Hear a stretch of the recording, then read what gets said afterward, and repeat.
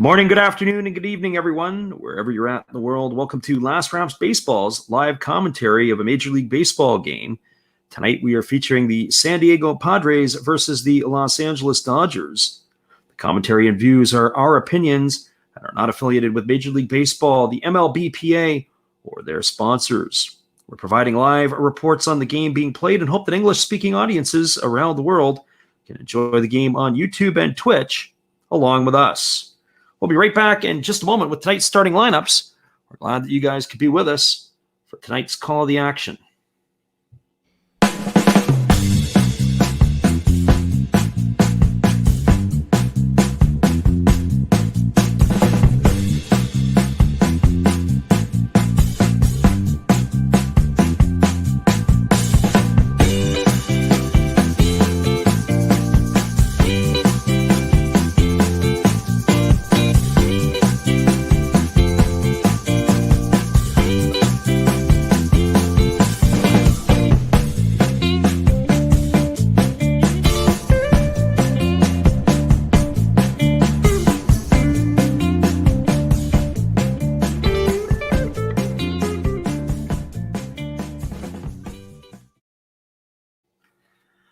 Welcome back, everybody. First of all, we're going to give you the lineups for the visitors from San Diego. The Padres will have leading off and playing in center field wearing number 23.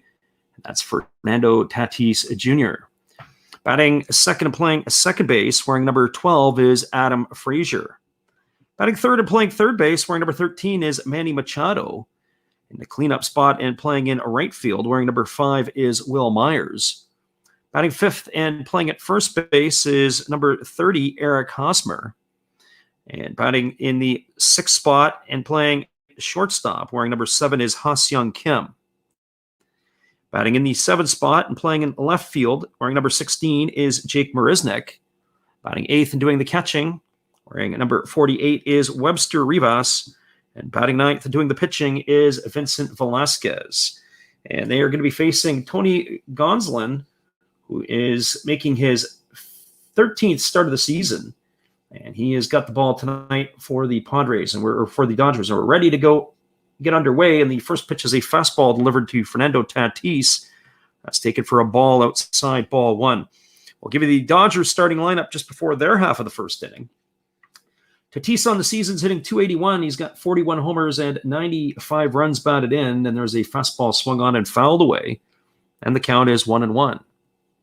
So 1 ball and 1 strike to Tatis Jr.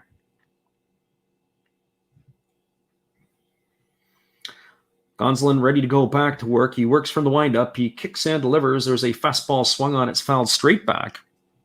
The count is 1 ball and 2 strikes. So 1 ball and 2 strikes. Fernando Tatis Jr. Getting the start tonight in center field. Here's the pitch from Gonsolin, and it's a breaking ball. And that is taken for a called third strike. And Tatis Jr. has gone down looking for the first out of the ball game. So 1 up and 1 away, and that's going to bring up the second baseman, Adam Frazier. It was a breaking ball on the outside part of the plate. It was just outside, and Tatis could not hold up his swing. He went a little bit too far. And that sends him back to the dugout. So 1 up and 1 away, and that will be Frazier to the plate. Frazier, between the Pirates and the Padres, is hitting .307 on the season, and he's got 5 homers to go with 43 runs batted in. He takes a first pitch fastball low for ball 1, and the count is 1-0. Frazier batting from the left side. He checks his swing, and he fouls that one off over on the third base side. The count is now even at 1-1. So 1 ball and 1 strike. Gonsolin ready to go back to work. He's working from the windup. He rocks into the motion. He kicks and delivers. There's a breaking ball that's fouled away, and the count is now 1-2. Some of the acquisitions for the San Diego Padres, I'm sure, will be examined over the part of the next little bit. And of course, one of the acquisitions was this Adam Frazier. There's already a logjam in the middle positions. There's a breaking ball that misses outside. The count is 2-2. There's already a logjam positionally. The Dodgers and the the Padres have Ha-Seong Kim, Cronenworth, and Tatis, and then they add another player into that middle mix. There's a breaking ball swung on, and it's fouled away right off of the right shin of Adam Frazier, and he's takes him to a knee, and he hobbles around over at home plate. So the count remains at 2-2. I think a lot of questions are going to take place in San Diego on how this team was managed this year. So here comes the 2-2 pitch, and I'm not just talking about the manager, Jace Tingler. There's the pitch from Gonsolin. It's a fastball that misses inside, and the count is now 3-2 to Frazier. Dangling two of their better players at the deadline.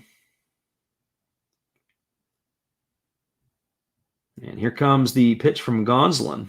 And there's a fastball swung on it, is lifted into shallow left field. Moving in on it, camping out underneath it is A.J. Pollock. He's going to make the catch, and that is going to retire Frazier for the second out of the inning. So 2 up and 2 away, and that's going to bring up Manny Machado.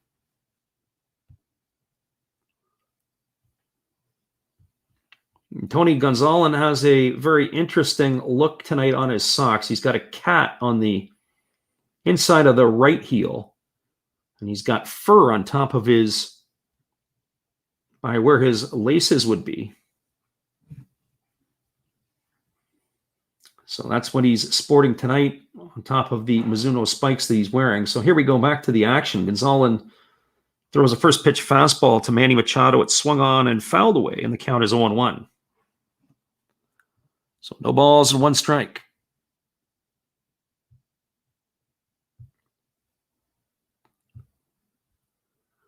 It's a beautiful night for baseball in Chavez Ravine.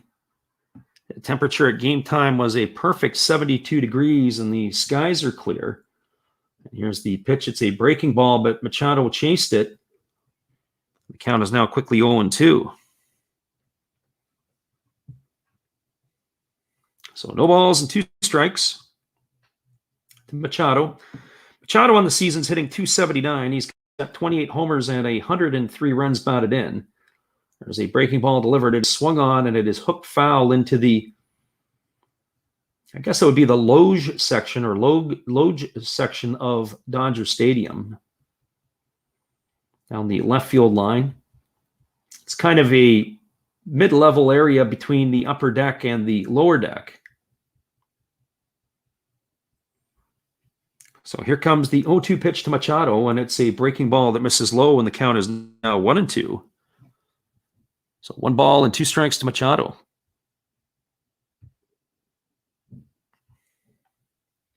Gonsolin ready to go back to work. He rocks into the motion. He kicks and delivers. There's a fastball swung on, and it's grounded through the 6-hole into left field. And Machado's got himself a 2-out base hit here in the first inning, and that's going to bring up the right fielder, Will Myers. Myers on the season, he's hitting .258. He's got 17 homers to go with 63 runs batted in.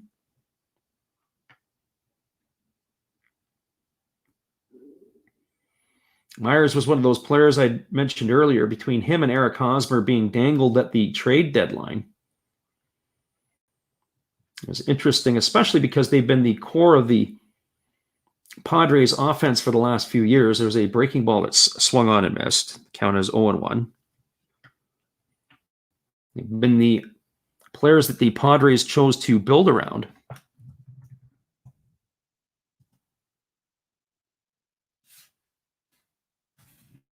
The pitch, it's a breaking ball swung on. It's grounded to short. It's backhanded by Seager. He flips it over to the second baseman, Turner, covering, and that is going to do it. So Machado was retired on a 6-4 fielder's choice, and that'll be the third out of the inning. So for the San Diego Padres in their half of the first, they had no runs.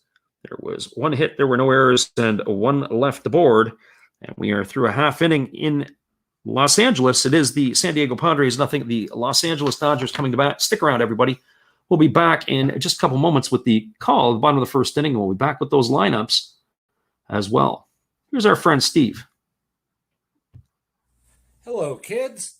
Steve coming at you. It's Steve Rademacher, and if you like interesting stuff, if you like to laugh a little bit, and if you enjoy collecting, this channel's for you. If you like non-sport cards, we have them. You like pseudo-sport cards, we open them. Even if you like entire boxes of completely pointless stuff or other sports, we have everything here. I drop a different video every day, and there's always a theme to it, from No Filter Friday to Saturday morning cartoons, even Sunday shoutouts. Once in a while, we'll get a little froggy and show Money Money Monday, where I showcase a bunch of my currency. We have Legos, we have Star Wars, we have a good time. We even have my brother on Takeover Tuesday. Be there or be square. Back to Freddy. Thanks again, Steve. We really appreciate your support of the channel, and in return, we support him. Be sure to check out Steve Rademacher after the game for all your entertainment needs. Now, the lineup for the home team for the Los Angeles Dodgers, here in the bottom half of the first inning, it'll be leading off will be the right fielder wearing number 50 is Mookie Betts. Batting second is the shortstop wearing number 5, Corey Seager. Batting third and playing second base wearing number 6 is Trey Turner. In the cleanup spot and playing first base is number 13, Max Muncy. Doing the catching wearing number 16 is Will Smith. Batting in the sixth spot and playing third base wearing number 10 is Justin Turner. The left fielder tonight is A.J. Pollock, and he'll wear number 11. Cody Bellinger is the center fielder, and he wears number 35. And batting ninth is the pitcher, Tony Gonsolin. He wears number 26, and they're going to be facing the right-hander, Vincent Velasquez. It was acquired as a free agent off of waivers and mid-season after he was released by the Philadelphia Phillies. And the first pitch delivered to Betts is a fastball taken for a called strike at the knees. And the count is 0-1. Velasquez working from the windup. He goes to the motion, and there is a fastball that misses down, and the count is 1-1. Mookie Betts. I haven't seen Velasquez pitch in a couple of years, and the thing that reminds me is when he was hit by that line drive comebacker a few years ago in Philadelphia, and he raced off the mound and picked the ball up with his left hand and fired a bullet to first base to nail a runner. And there's a breaking ball swung on, and is found behind home plate. Racing over to the netting is the catcher Webster Rivas, but it's going to reach the seats. And the count is now going to go to 1-2 on Betts. Just to finish off that story, Vincent Velasquez had his pitching arm hit with the line drive. He raced off the mound, picked up the ball, and fired a bullet to first base to retire the runner. So if there's a highlight of somebody's career that you'll always file away and remember, that would have been somebody that will always keep remembering Vincent Velasquez in our minds. So here comes the 1-2 pitch to Mookie Betts, and it's a breaking ball swung on. It is lifted into deep left center field. Going back onto the warning track is the center fielder Tatis. He's going to look up, and he's going to watch that one reach the seats. Mookie Betts has just hit a leadoff home run here in the bottom of the first inning, and that is going to put the Dodgers up 1-0. Mookie Betts absolutely turned on that pitch, hit it right into the power alley, and it cleared the fence in left center field, and that opens the scoring for the Dodgers here in the bottom half of their first inning. So last night's ball game was the story of the long ball, and tonight's story is picking up where last night's story had finished off. It was a home run here by Mookie Betts to get things going in the bottom half of the first inning. So now Velasquez gets a new ball, and he gets back to work, and he delivers a fastball down to Corey Seager, and the count is 1-0. 1-0. That's Mookie's 23rd homer of the season.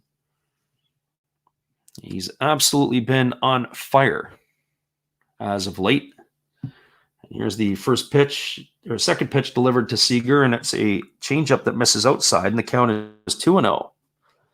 Last night, the Dodgers knocked off the Padres 11-9 in that ball game. They had multiple home runs. There's a fastball delivered to Seager, and this ball is scorched down the right field line, and this ball is going to leave the park. And Corey Seager has doubled the lead with a solo shot to right field. So batting practice has begun in Los Angeles at 7:10 p.m., And the Dodgers are taking advantage of it. 2 home runs back-to-back to begin the ball game for the Dodgers. And they got out in a hurry. We're just saying about last night's game how there were a number of home runs hit by the Dodgers, 6 to be exact. Mookie Betts had hit his 22nd last night. He now has his 23rd today. Seager hit his 13th last night. Now he's got his 14th. So here we are back to the live action, and Trey Turner steps in. He takes a breaking ball in the dirt, and the count is 1-0. The other homers last night, A.J. Pollock had a pair, Bellinger had one, and Max Muncy had one. Speaking of heating up, Corey Seager is also heating up. That's his 5th homer in the last 10 games. There's a breaking ball taken by Turner for a called strike, and the count is 1-1. So 2 hits for the Dodgers tonight, and both balls have left the yard. And the hobbyist says that's not the way he'd want to start the game if you were the starting pitcher. Absolutely not. And there's a breaking ball that misses outside, and the count is 2-1 to Turner. So 2 balls and 1 strike. Turner on the season's hitting .324. He's got 25 homers and 68 runs batted in, and there's a fastball swung on and missed. And the count is now 2-2. So 2 balls and 2 strikes.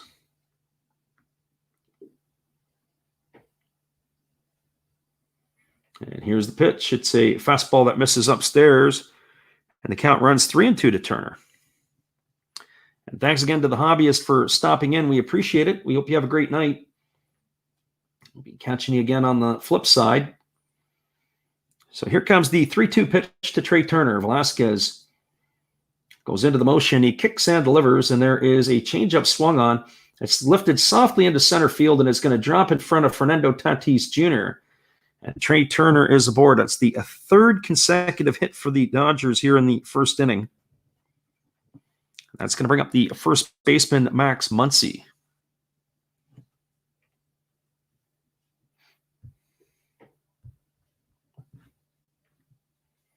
For Muncy on the season, he's hitting .249. He's got 36 homers and 92 runs batted in.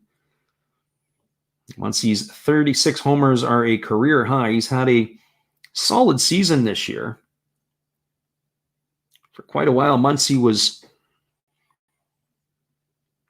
atop a number of offensive categories. He's 3rd right now in home runs in the National League. He also had an OPS that was over 1,000, but that has tailed off lately. There's a breaking ball taken for a called strike, and the count is 0-1.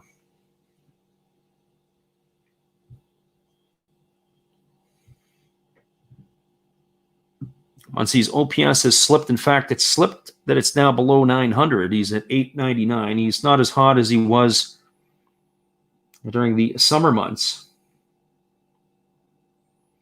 Time is called by Rivas, the catcher, and Velasquez steps off, and we're going to do it all over again. So here comes the 0-1 pitch to Muncy.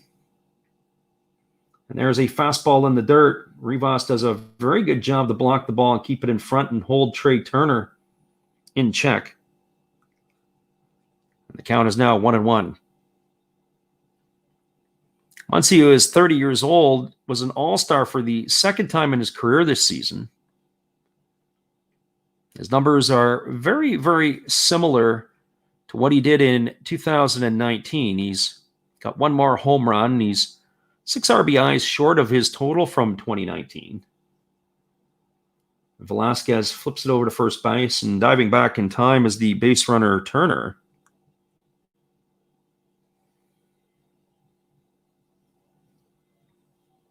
So 1 ball and 1 strike to Muncy.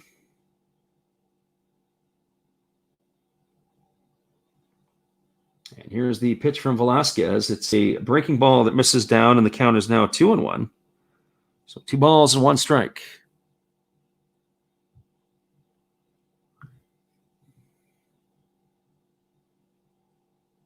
Velasquez ready to go back to work. He gets the sign from his catcher, Rivas. Comes sent at the belt. He kicks and delivers, and there is a fastball taken for a called strike. And the count is 2 balls and 2 strikes.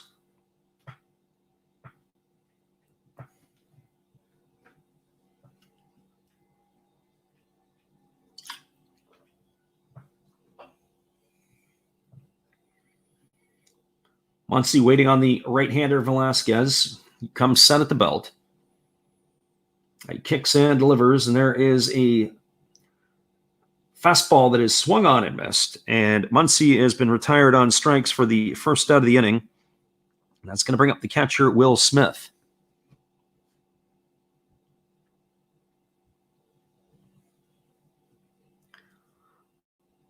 So the latest flash across our boards is both the Houston Astros and the Atlanta Braves have punched their playoff tickets, as they were both winners tonight.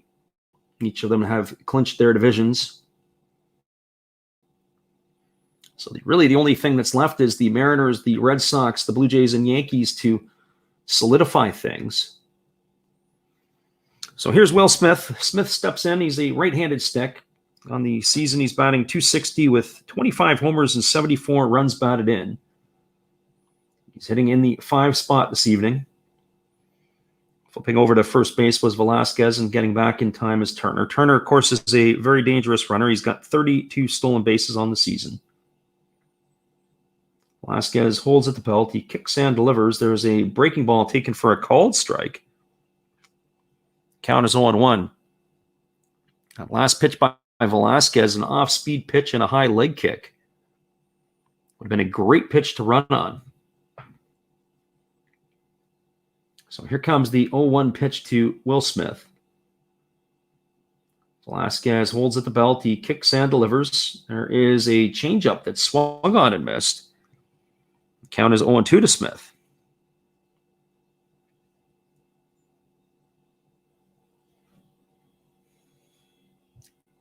So no balls and 2 strikes. Velasquez roughed up here at the start of the first inning by allowing the first 2 batters home runs. The score line is 2-0 for the Dodgers right now. So here comes the pitch. It is a fastball, and it's a half swing. And Smith has been retired on strikes, so back-to-back strikeouts for Velasquez. That's going to leave it up to the third baseman, Justin Turner. For Turner on the season, he's batting .276. He's got 25 homers and 83 runs batted in. Turner has dropped down a little bit in the batting order for the Dodgers. Hitting in the 6th spot tonight.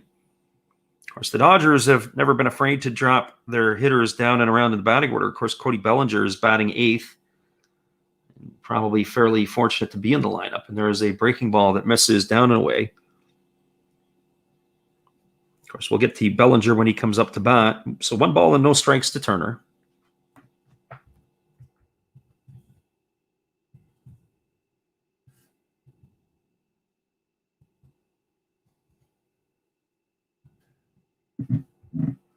Turner with the slightly open stance, and he waits on the delivery from Velasquez. Velasquez kicks and delivers, and there is a fastball. Rivas throws down to second, and they've nailed Trey Turner. I'd like to see that again on the replay. It was a throw from his knees. Rivas fires a bullet right down to second base, but the second base umpire says he's made the tag. The Dodgers are on the phone, so before we go away, we're going to see, and we're going to get a look at it ourselves. And the answer to that would be yes. Adam Frazier makes the catch, and he applies the tag on the leg of the base runner. If this was 20 years ago, he probably is called safe because the tag was not in a good position. So that'll end the inning. It's a caught stealing 2-4 to retire Turner for the 3rd out. So for the Dodgers and their half of the first inning, they had 2 runs in the inning. There were 3 hits. There were no errors and nobody left on base. We're through 1 complete. It is the Los Angeles Dodgers 2, the San Diego Padres nothing. Stick around, everybody. We'll be back in just a couple moments. We'll call the top of the 2nd inning. We're glad you are with us. Are you into digital cards? Last Wraps Baseball has you covered as we do daily Top Spunt Digital 21 card breaks. This new wave of collecting allows baseball fans to collect digital cards and compete against each other for prizes. Check out our daily breaks and send us a trade to Last Wraps. Be sure to tell your friends. Would you like to support Last Wraps Baseball? We would appreciate it if you did. Be sure to check out our eBay page where we have baseball merchandise. We also have stuff from the Japanese League for those who listen from Japan, but we also do other sports like football and basketball as well. Don't forget, visit Last Wraps Baseball's eBay store to help support the channel. We'll be glad you did.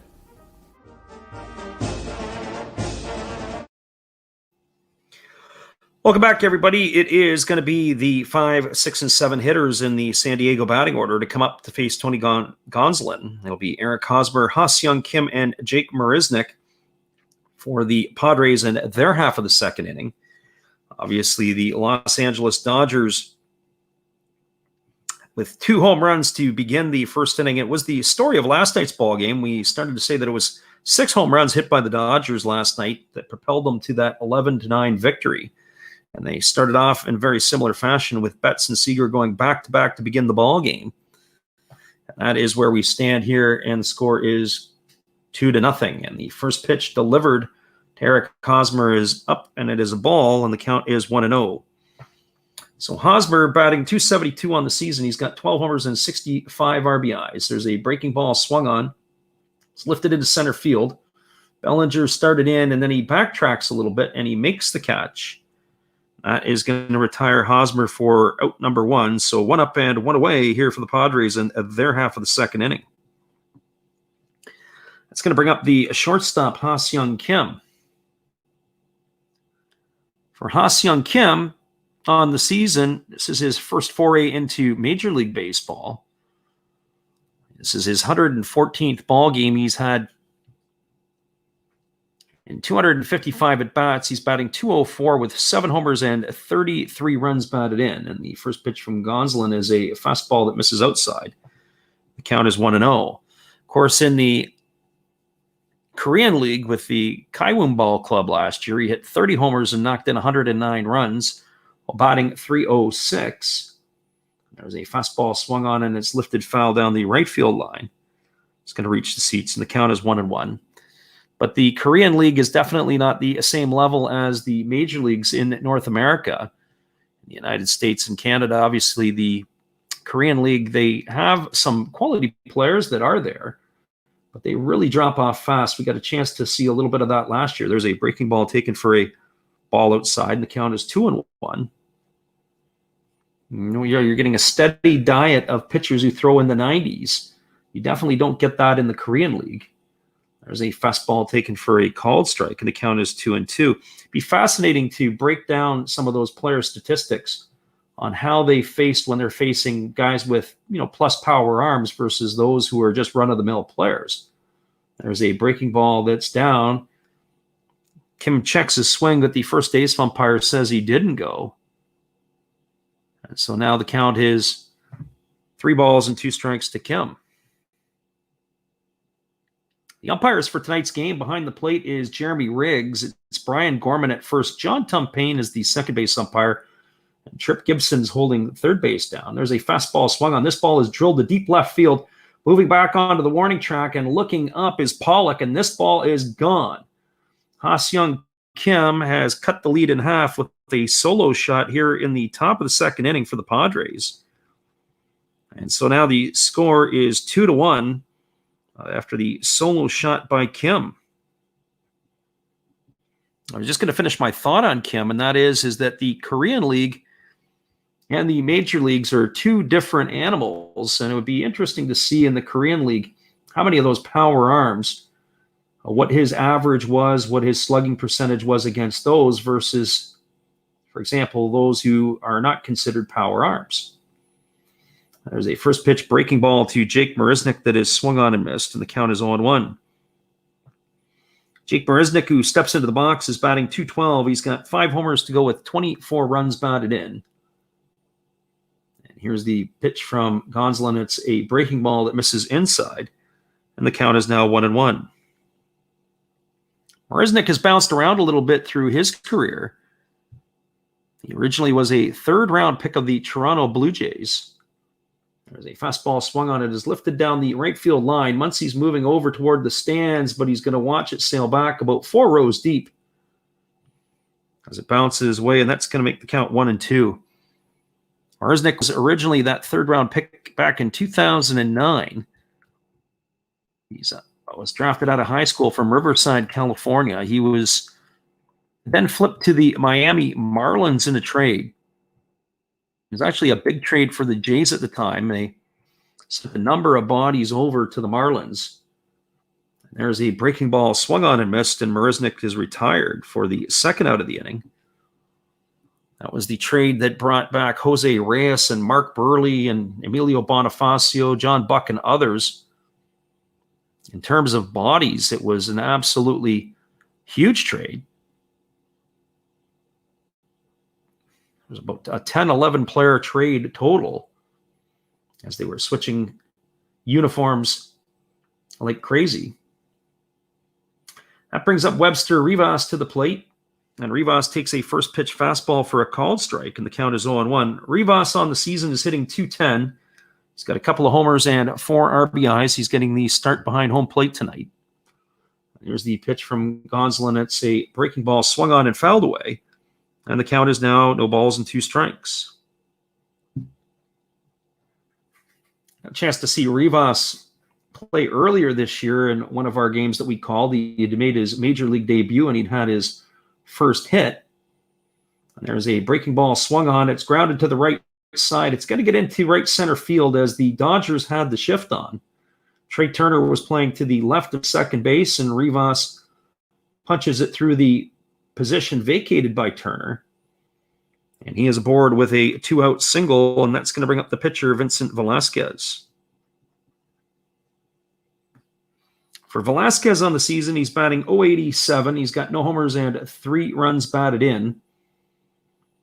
He stands in on the right side, and he's ready to go to work against Gonsolin. Gonsolin gets the sign from his catcher, Smith. He delivers a fastball that's taken for a called strike. And the count is 0-1. So no balls and 1 strike.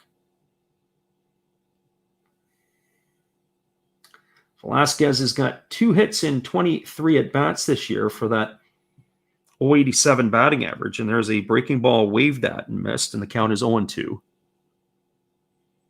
So no balls and 2 strikes. As we mentioned at the outset, it's a beautiful night for baseball in San Diego. 72 degrees in Los Angeles. It's a beautiful 72 degrees with the Padres in town. Might be a beautiful night in San Diego as well. Southern California enjoying some nice weather right now. There's a breaking ball that's down, and the count is 1-2 to Velasquez. Gonsolin back to work. He delivers a fastball, and that misses outside, and the count is now 2-2. So 2 balls and 2 strikes. So the playoff picture is starting to shape up a little bit more now as most of the teams have punched their tickets. The only thing left is the seeding in this division here. There's a breaking ball that misses outside, and the count's now 3-2 to Velasquez. So after Gonsolin got ahead in the count, he's thrown 3 straight balls to the pitcher. And here comes the pitch. He kicks and delivers. It's a fastball, and Velasquez has earned himself a base on balls. That's going to bring up Fernando Tatis Jr. So I'm not sure that was in the cards for Gonsolin to walk the pitcher to bring up the center fielder for the Padres. Of course, Tatis struck out looking his first time up. But Tatis is in scoring position as soon as he steps into the batter's box.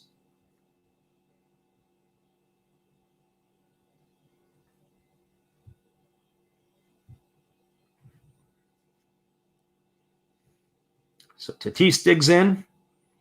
Gonsolin ready to go back to work.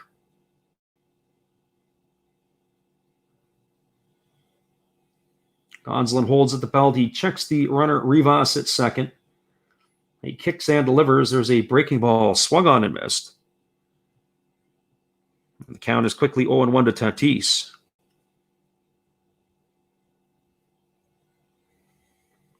So no balls and one strike.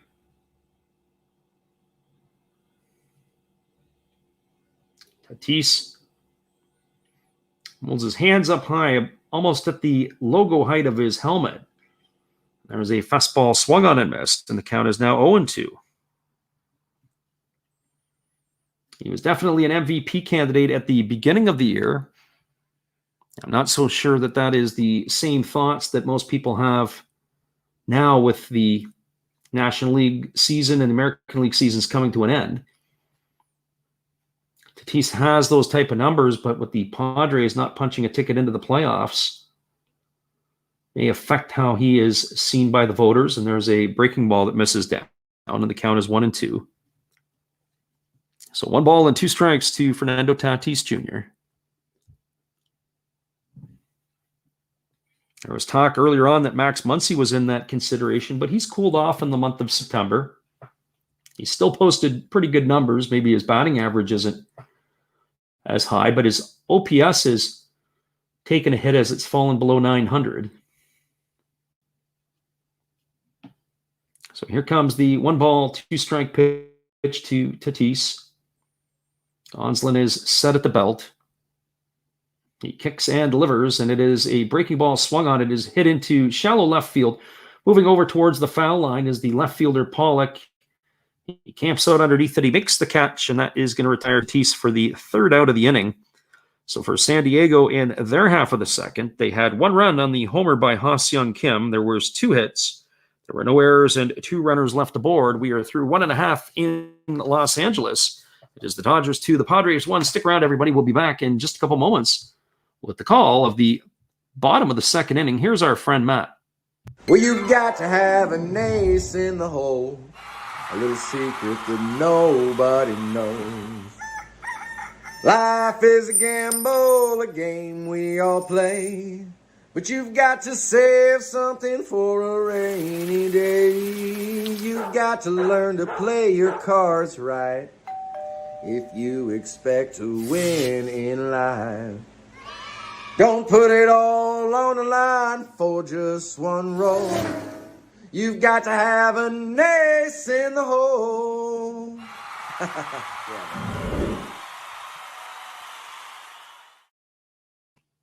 After the game, be sure to check out Matt Hollis's channel, Another Hollis Build.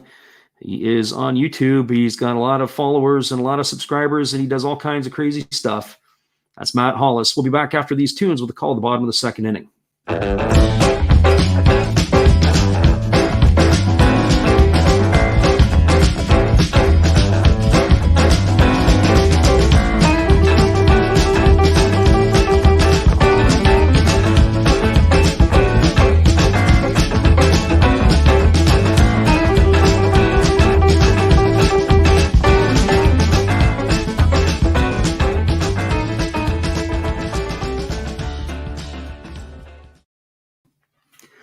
Welcome back, everybody. We're moving to the bottom half of the second inning. It's going to be the Los Angeles Dodgers coming to bat, and that will be the 6, 7, and 8 hitters in the order. That's Justin Turner, A.J. Pollock, and Cody Bellinger to get things going for the Dodgers in their half of the second.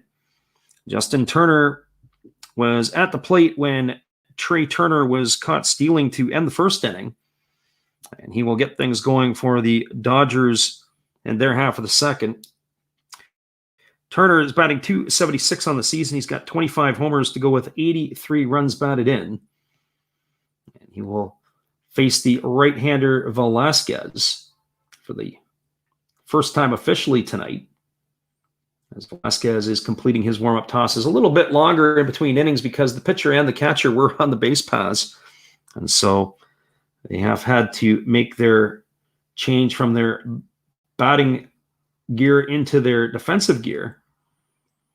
That's why we have a little bit of a delay on our hands. And so Velasquez has completed his warm-up tosses, and we're ready to get this one back underway.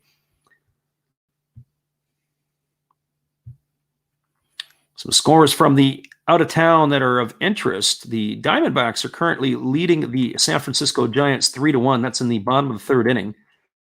Madison Bumgarner is pitching for the Diamondbacks tonight, obviously looking to get a win, and the Dodgers, if they can win tonight, will claw a game back on the Giants. The West Division is still up for grabs. Here comes the first pitch from Velasquez. That's a breaking ball that is swung on and missed. And the count is 0-1 to Justin Turner.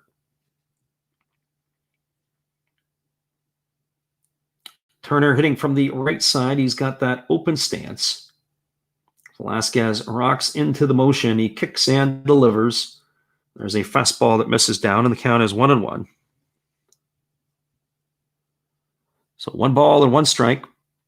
The other finals that we have interest in, or at least from a playoff perspective, the Yankees knocked off the Blue Jays. They are basically 1 win away from punching their ticket into the postseason. And Velasquez is taken forever on the mound as Turner asks for time. So Velasquez rocks into the motion. He kicks and delivers.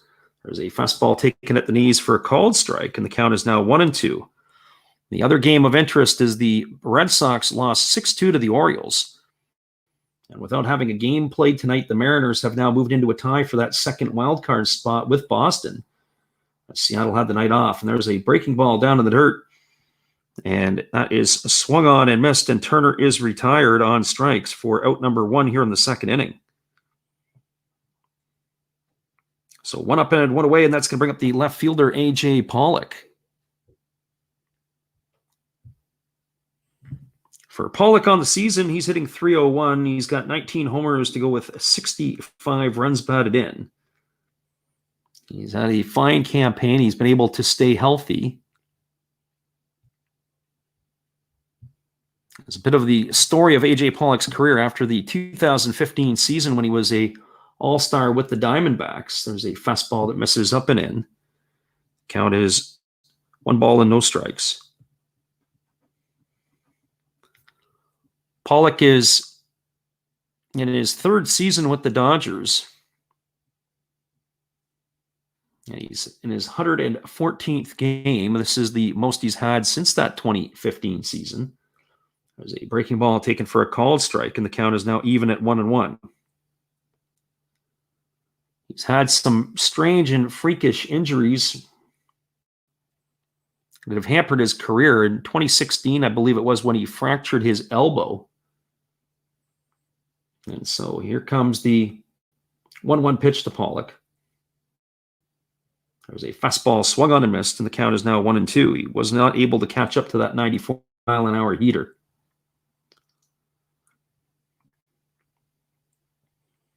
So 1 ball and 2 strikes to Pollock. They'll be followed by the center fielder, Cody Bellinger, who is hitting in the 8th spot this evening.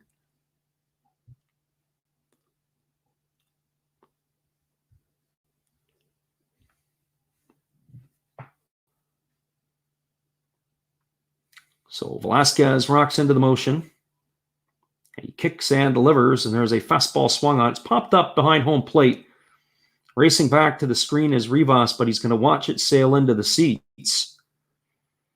And that is going to keep the count at 1 ball and 2 strikes to Pollock.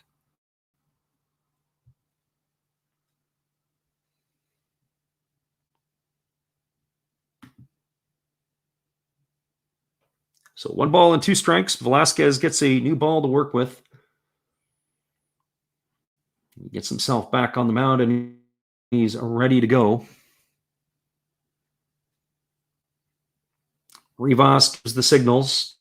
Velasquez ready to rock into the motion. He kicks and delivers, and there is a breaking ball swung on. It is lifted into left field. If this stays fair, it's going to be trouble. And that ball is going to be hooked just foul.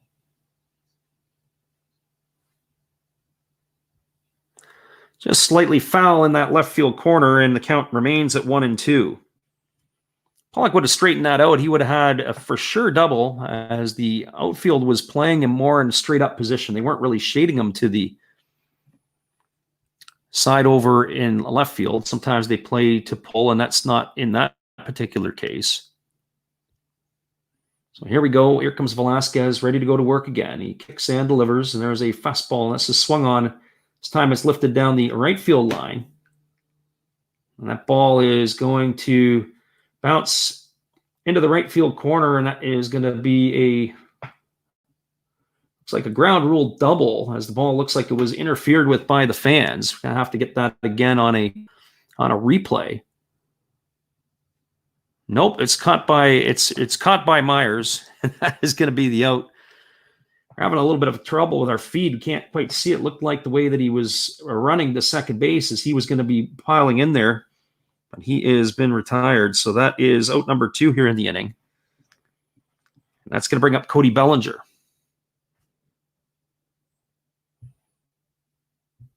So Bellinger tonight, with his first plate appearance, he's hitting 161 on the season. He's got 10 homers and 35 runs batted in. The former MVP has really struggled this season at the plate. And here's the first pitch from Velasquez. It's a changeup that misses low and away, and the count is 1-0. So 1 ball and no strikes. Velasquez ready to go back to work. And there is a breaking ball that misses low. And the count now is 2 balls and no strikes to Bellinger.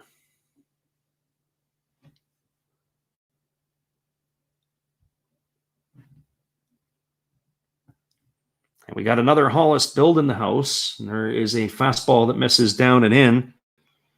Counts now 3-0 to Bellinger. So Matt wants to know, should Emilio Pagan just retire?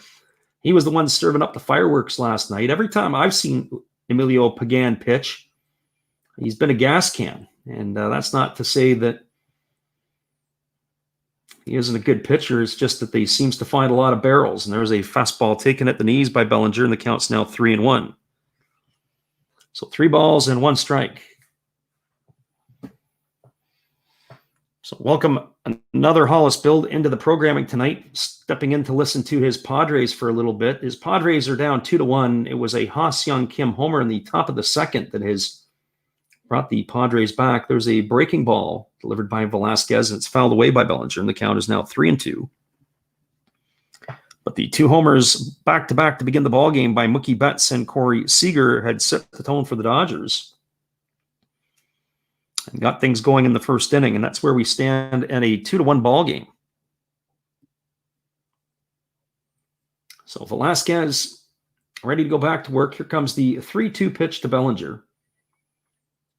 He rocks into the motion.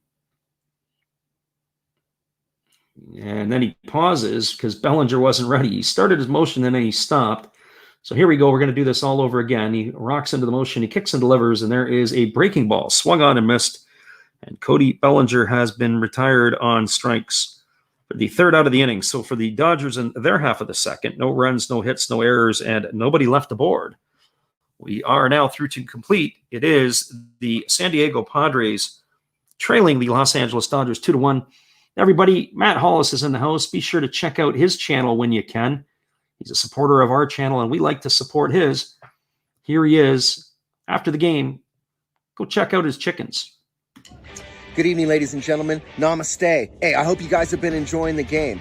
My name is Hollis. I've got a YouTube channel called Another Hollis Build. I love baseball cards. I open up brand new product for you guys. I open up old stuff. I do breaks. I do auctions. All kinds of stuff concerning baseball. I'm Friars faithful, Padres to the end. I also love Garbage Pail Kids and my animals. I have a ton of animals. It's like a mini petting zoo here around my house. I also love my city. San Diego, baby. I'll take you all around the city and show you what's up. If you guys dig stuff like that, cruise on over and check it out. It's Another Hollis Build. If you dig it, subscribe. I'd really appreciate to have more follow me along on the journey. Hey, either way, you guys have a wonderful day or a beautiful, beautiful evening. No matter which one it is, make sure that you make it great, my friends. Big up Last Raps Baseball. Yeah, Freddie, let's go. One love and peace. Yeah, man.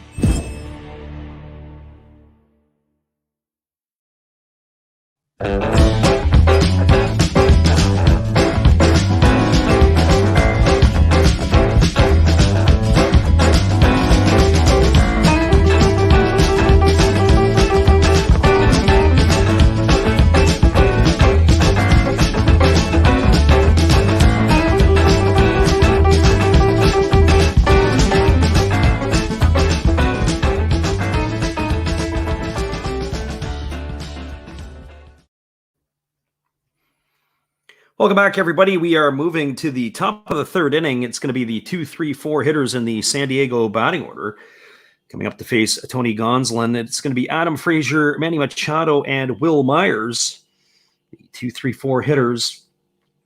Each team has 3 hits tonight in the ball game, but the advantage is to the Dodgers. 2 of their hits have left the park, and the Padres have had 1.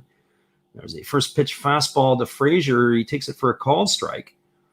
He started to square to bunt, but he held back as the pitch was down around the knees, and the count is now 0-1. There's a breaking ball delivered to Frazier. It swung on and missed, and the count is now 0-2. So no balls and 2 strikes to Adam Frazier. Since Adam Frazier has come over from the Pittsburgh Pirates, and here's the pitch. It's a breaking ball that misses up in the way, and the count is now 1-2. He has batted .272 for the Padres with a homer and 11 RBIs. His production isn't quite the same, although he has the same amount of stolen bases in 180 less plate appearances. And there's a pitch. It's a breaking ball that misses up and away. The count is now 2-2. So 2 balls and 2 strikes.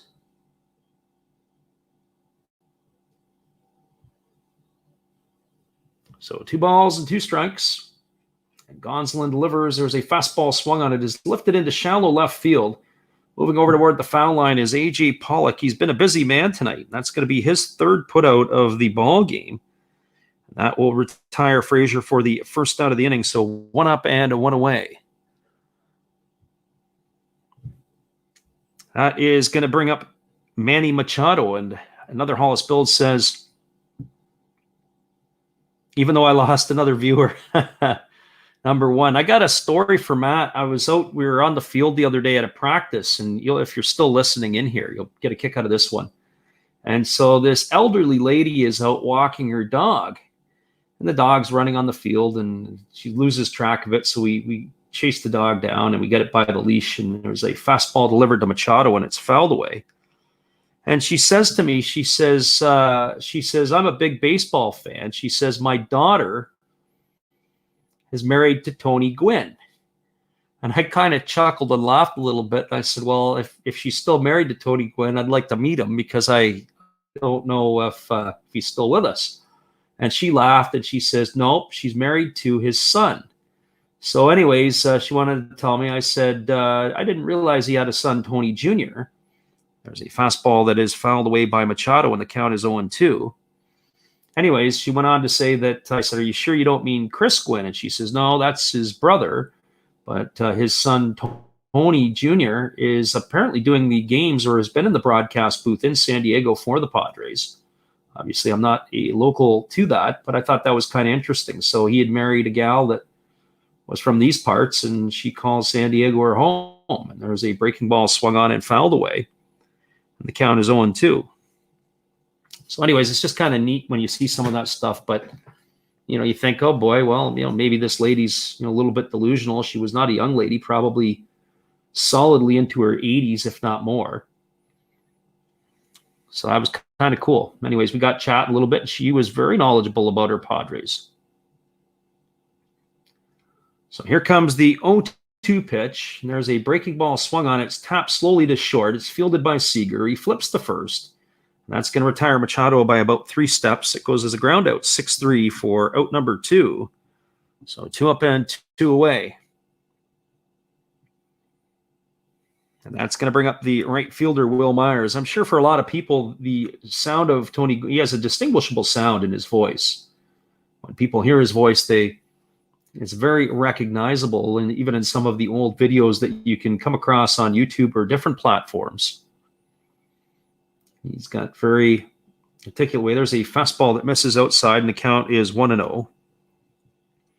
There's some mixed reviews, though, on his way that he taught hitting. I've heard different people talk, and some people have said that they really liked the way that Tony Gwynn had spoken about the game. Maybe not necessarily the way that he was able to make adjustments with hitters. And there's a breaking ball swung on. It's grounded to short. It's fielded by Seager. He flips to first, and that is going to retire Myers. It's the second ground out to shortstop in this inning. So the Padres go quietly in their half of the third inning. They go 1-2-3. There were no runs, no hits, no errors, and nobody left the board. We are now moving to the bottom half of the third. It is the Los Angeles Dodgers 2, the San Diego Padres 1. Stick around, everybody. We'll be back in just a couple minutes with some more thoughts on Tony Gwynn and others. Here's our friend Steve Rademacher. Be sure to check out his channel after the game. He's always got some entertaining things. Domo arigato. Sorry if I mispronounced that. I'm new at this. Thank you for watching Last Raps Baseball. Tell all your friends and family to come check him out, ask some questions during the telecast, and give him a good sub and a thumbs up. And this is Steve coming back at you, and some new things on my channel. Star Wars figures that everybody likes. We have Mad magazines from the 1970s. We try to avoid the Noid. And for your pleasure, once in a while, we can open up Michael Jackson if you want, the cards. We have Elvis. We have Sadahar O. We love everything that is everything, so we even have the Beatles fighting with lightsabers. Look at that, John and George. Once in a while, we'll even have my brother take over my channel on a Tuesday. So once again, everybody tell your friends, come see Freddie at Last Raps Baseball. And right now, I'm going to kick it right back to you, Freddie. As always, thanks again to Steve Rademacher. We appreciate your support of the channel, and in return, we support him. That is Steve Rademacher. Be sure to check out his Money Monday, his Takeover Tuesday, the Saturday morning cartoons, or the Sunday shoutouts. There's always something for everybody and their entertainment needs. We're ready to head back to the ball game. It's going to be the 9-1-2 hitters in the batting order for the Dodgers. That means it's going to be Tony Gonsolin, Mookie Betts, and Corey Seager to get things going for the Dodgers in their half of the third. Gonsolin steps up to the plate. He's 3 for 16 on the season. He's hitting a .188. He's got no errors, no RBIs, and no stolen bases. Not that that would be a surprise. Velasquez, ready to go back to work. He rocks and he kicks and delivers. There's a fastball taken for a called strike, and the count is 1-1. I haven't seen Velasquez pitch in a few years, as I said, with the Philly organization, and of course they outright released them, and the Padres were looking for anybody and everybody to come in and to play for them because they had had a rash of injuries. And here comes the 0-1 pitch to Gonsolin. And Velasquez delivers. It is a fastball swung on and fouled away over on the first base side, and the count is now 0 balls and 2 strikes. But I have to say, I really like his stuff. He's got 4 strikeouts in the first 2 innings. He's got a lot of break on his breaking ball. He's got a changeup. He's got a 3-pitch mix going on. In fact, I would even say 4 because it looks like he has a 2-seamer that has quite a bit of movement. There's a fastball swung on and missed. And Gonsolin has been retired. That's the 5th strikeout of the ball game for Velasquez. But the thing I notice is that he really doesn't have command of his pitches. He can't locate. He is all over the map. And that poses a problem. If you can't locate your pitches, certainly that would be something that Velasquez, he's left too many pitches out over the plate. He's missed in spots where he's had opportunities to have to come up with spots in certain locations, and that's just the way it goes. So here comes Mookie Betts up to the plate, and the first pitch to him is a breaking ball, swung on and missed, and the count is 0-1. But if he can harness some of that, he would be a very, very effective pitcher with some of the stuff that he does have. And so here comes the 0-1 pitch to Betts. Betts digs in. Velasquez ready to go back to work. He rocks into the motion, and there is a changeup. This is swung on. It's lifted into right field. Moving over toward the foul line is the right fielder, Myers. He makes the catch, and that's going to retire Betts for the second out here in the third inning. That's going to leave it up to the shortstop, Corey Seager. For Corey Seager, he is 1 for 1 today. He homered his first time up. He followed Mookie Betts' leadoff home run with one of his own. He's got 14 now on the season. He's now got 5 homers in his last 10 games. He's pulled his batting average up to .295. So some of the Dodger players are heating up right in time for the playoffs. Seager is one of them. So here comes the pitch to Seager. It's a fastball that misses down and in. And the count is 1 ball and no strikes.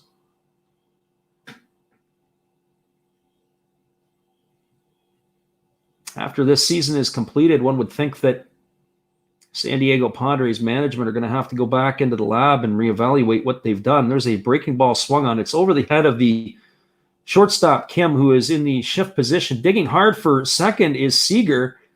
They pick it up, they throw, they fire in. Adam Frazier applies the tag. The second base umpire, John Tumpain, says that he is safe, but they're going to want to go have a look at this one, do the Padres. And so he looped that ball right over the second baseman, Frazier. Tatis was moving over to get it, but they wanted to challenge the arm of Tatis. You got to give Seager credit. He was coming hard right out of the box. He wasn't even stopping. And it looks like he probably did beat it. Frazier says otherwise. We're going to get a look at it on the replay. I'm not sure if he was able to get that tag down in time, but it doesn't look like the Padres will review. So it is a double for Seager, and that's going to bring up Trey Turner with 2 away. Velasquez gets the sign from his catcher, Rivas, and he comes set at the belt. He checks Seager at second base. He kicks and delivers, and there is a breaking ball swung on it. It's pop foul, the first base side of home plate, and the count is 0-1.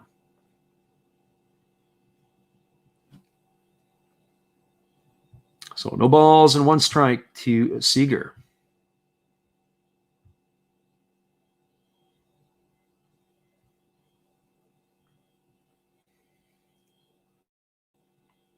There's only 3 other games that are currently underway in Major League Baseball besides this one. The Tigers and the Twins are still battling it out. It's in the bottom of the 9th, and the Tigers have a 10-7 lead with 2 away in the 9th inning. Here's the pitch from Velasquez, and it's a fastball that misses low and away. And the count now goes to 1-1 to Seager. That game is basically a meaningless game. It's only draft positioning that is left for that game. The Indians and the Royals, also a meaningless game. It's a 6-1 ball game for the Indians over the Royals. It's in the bottom of the 9th as well in Kansas City. And there is a breaking ball that is swung on and missed.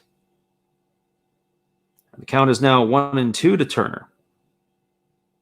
The other game that everybody's watching, the Giants have come back with a couple of runs. Is now knotted up at 3s in the bottom of the 4th inning. The Diamondbacks had a 3-1 lead, and now the Giants have battled back. Of course, Dodger fans are keeping an eye on that one, as right now first place in the National League West is still up for grabs. It's a 2-game lead by the Giants. Dodgers are doing their part winning games, but it's unbelievable that the Giants are continuing their strong play. I would have never guessed that at the beginning of the season. There's a fastball that misses down, and the count's now 2-2. The Giants, before the season started, were projected to win 71 games by a lot of, well, that was the collective thought from the Las Vegas oddsmen. So to see what they're doing when they were predicted to win 71 games, it's quite remarkable. It's been a great season for those folks over in the Bay Area.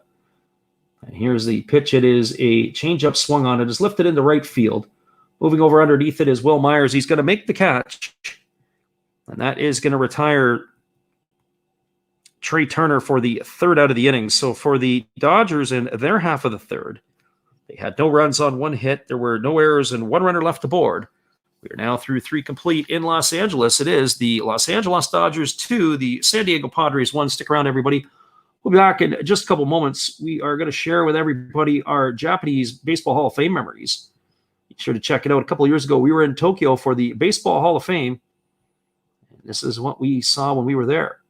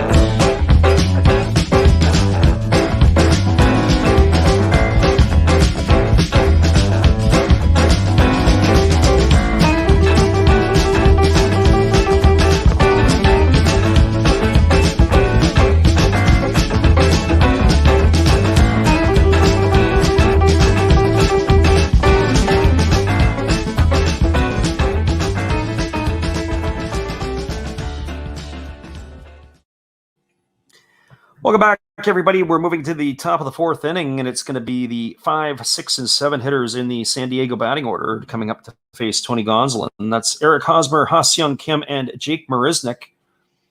And they will be getting ready to face Gonsolin. Gonsolin, so far today, has had himself a decent start. The only blemish has been the home run by Ha-Seong Kim. The first pitch is a fastball delivered to Hosmer down and in, and the count is 1-0.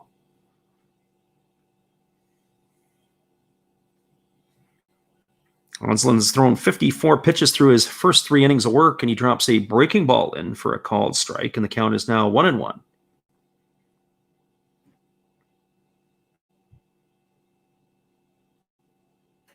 There is another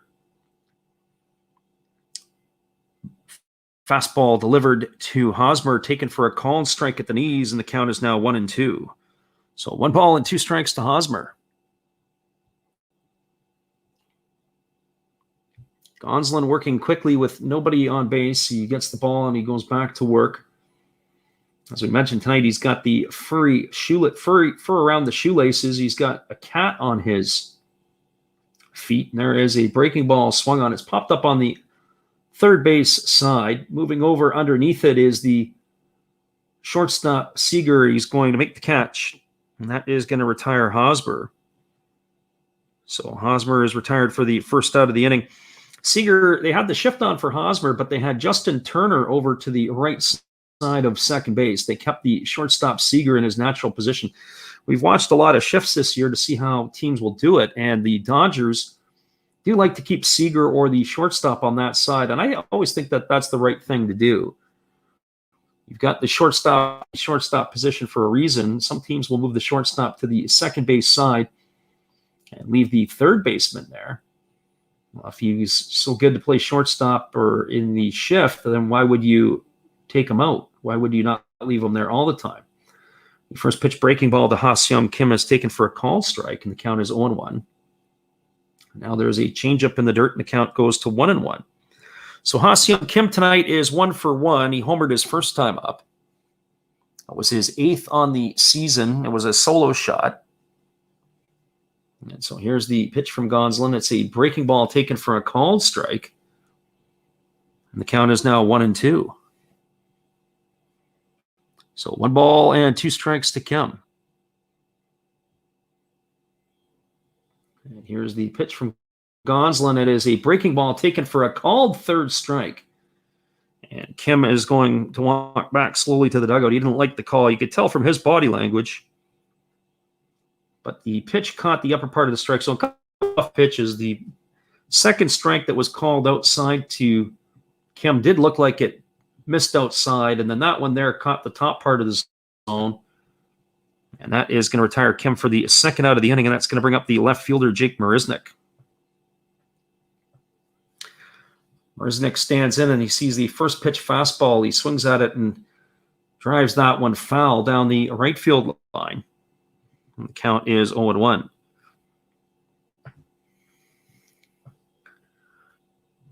Marisnick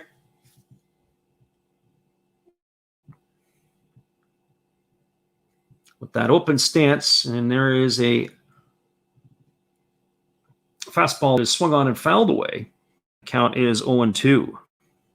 So no balls and 2 strikes to Marisnick. Marisnick struck out his first time up back in the second inning. And here comes Gonsolin. He kicks and delivers, and that pitch is swung on and missed. And Marisnick has gone down on strikes for out number 3 here on the top of the fourth inning. So a quick inning of work for Tony Gonsolin. There was no runs, no hits, no errors, and nobody left the board. We're moving to the bottom of the fourth inning. It is the Los Angeles Dodgers 2, the San Diego Padres 1. Stick around, everybody. We'll be back with the call in just a couple moments. Here is our friend Steve again. We're glad you're with us.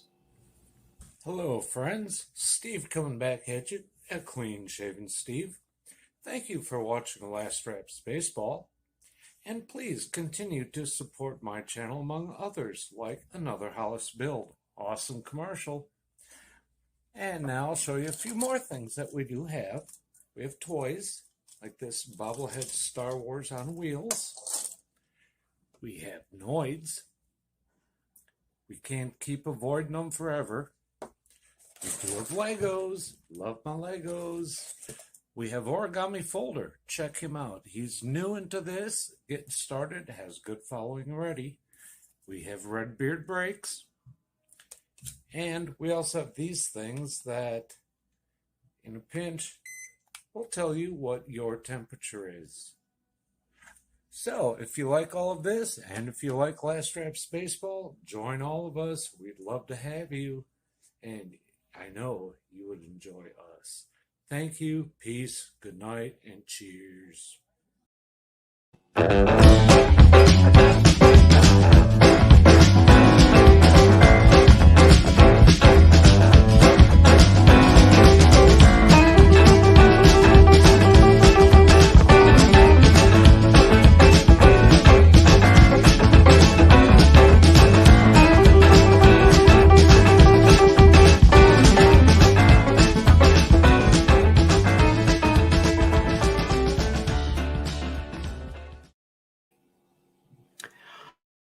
Welcome back, everybody. We are moving to the bottom half of the fourth inning. It's going to be the heart of the Los Angeles Dodger batting order. Coming up to bat, it'll be Max Muncy, Will Smith, and Justin Turner. And Muncy has, in his first plate appearance against Vincent Velasquez, struck out his first time up. He is 0 for 1 on the evening. Gets himself dug in, and he's ready to go to work. Velasquez gets the assign from his catcher Rivas, and he's ready to go to work. And the first pitch is a fastball taken at the knees for a called strike, and the count is 0-1. I mentioned in the last inning that Velasquez has got some pretty good stuff, but he just doesn't seem to have the command of his pitches. And there's a fastball that misses low and away, and the count is 1-1. And these are, of course, from my observations, but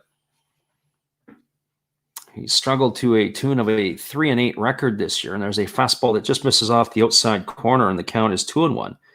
But that arm is something that you don't want to give up on. Although the Phillies gave up on him, and not really sure why. They had him for a number of years in a Phillies uniform. In fact, he was acquired from the Houston Astros. He spent 6 years in the Phillies organization. He made 116 starts over that time. So here comes the 2-1 pitch to Muncy. There's a breaking ball that just misses down and in, and the count now runs to 3-1.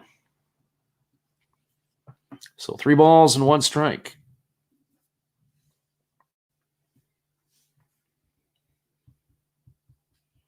And his first year in the big leagues, or first full year in the big leagues, when he was with Philadelphia, he had an 8-6 record that year, and there's a fastball that misses down, and Muncy has drawn himself a leadoff walk here in the fourth inning.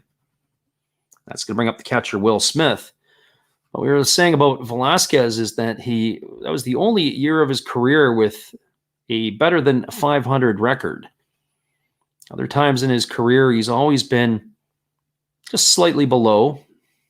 He did have 30 starts back in the 2018 season. He's also made 20 a number of other times, over 23 other times in his career, including this year, as this is his 21st start of the year. So here comes the first pitch to Will Smith. Velasquez gets the signs from his catcher, Rivas. He comes set at the belt. He kicks and he delivers, and there's a breaking ball swung on. It's grounded over to short. Kim throws to Frazier for 1, over to first, and that is going to be a 6-4-3 double play. Not the most conventional one, as Frazier was slightly to the left of second base. He had to get to the bag and receive the throw. But Will Smith is gone, and they get 2 for the price of 1 on the 6-4-3 double play. And that will retire Muncy as well. So that's going to bring up Justin Turner. And Justin Turner tonight is 0 for 1. He struck out his first time up. Velasquez was at 51 pitches through 3 innings of work. And he's cruising so far quickly with that double play here in the bottom of the fourth inning. And the first pitch to Turner is a fastball swung on. This ball has got some legs in it. It's way back, and it is gone. It's going to be about 5 rows in behind the bullpen in left field. And then it trickles back into the front row. It's a solo shot, so that's the 3rd solo shot of the night for the Dodgers. The home run parade continues in Chavez Ravine. And Turner has just hit his 26th homer of the season. And that increases the Dodger lead to 3-1. So 3-1 now for the Dodgers. And that brings up A.J. Pollock to the plate.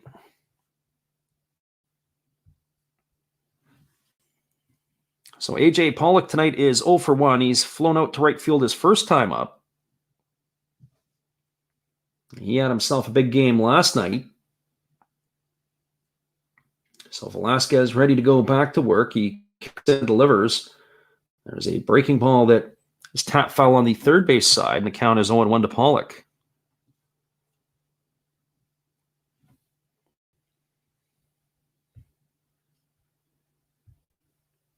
So for Vincent Velasquez,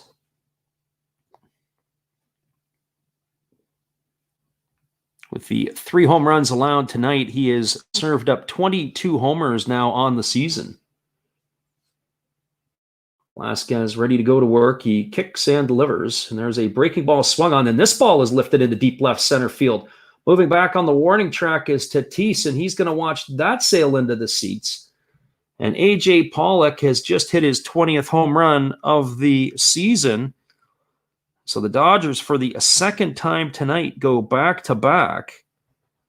And they've extended their lead against the Padres here to 4-1. So as we're giving the totals, we got to update that total now. It is 23 homers on the season that Velasquez has allowed. Most he allowed before was 26 with the Phillies back in 2019. Tonight, they've all been of the solo variety. And certainly, the Dodgers are putting up the runs now here in their half of the 4th inning. And that brings up Cody Bellinger. And Cody Bellinger takes the first pitch for a called strike, and the count is 0-1. And of course, Bellinger has that ability to follow suit here too. Bellinger entered tonight's game hitting 161. He's 0 for 1 tonight. He struck out his first time up, and here's the pitch from Velasquez. It's a breaking ball swung on and tapped over on the first base side, and the count is now 0-2. Bellinger's got himself 10 homers on the season.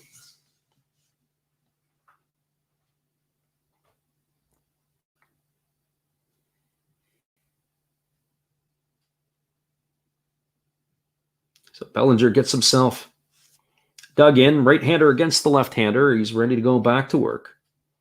As Velasquez, he rocks into the motion. He kicks and delivers, and there is a fastball that is taken for a called 3rd strike. And Bellinger doesn't like the call. It's outside, but to be honest, Cody, I mean, that pitch there is too close to take. And he is retired for the 3rd out of the inning. But for the damage has been done. They got 2 runs in the inning on home runs by Justin Turner and A.J. Pollock. There were 2 hits. There were no errors and nobody left on base. We are now through 4 complete. It is the Los Angeles Dodgers 4, the San Diego Padres 1. Stick around, everybody. We'll be back in just a couple moments with the call. At the top of the 5th inning. We're glad you could tune in tonight.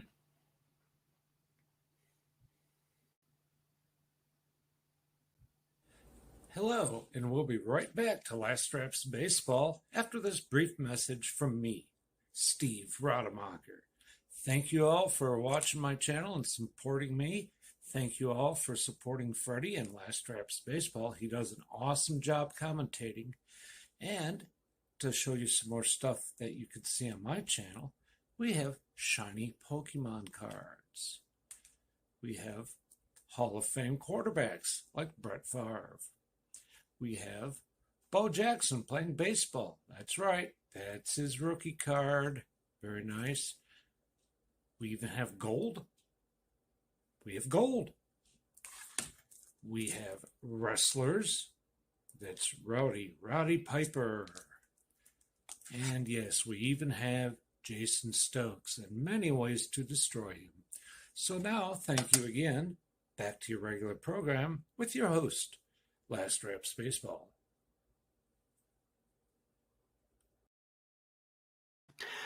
As always, thanks again to Steve Rademacher. Whether it's Money Monday, Takeover Tuesday, be sure to check out his channel after the game. He's got all your entertainment needs. We'll be back in just a moment with the call at the top of the fifth inning. We're glad you could tune in tonight.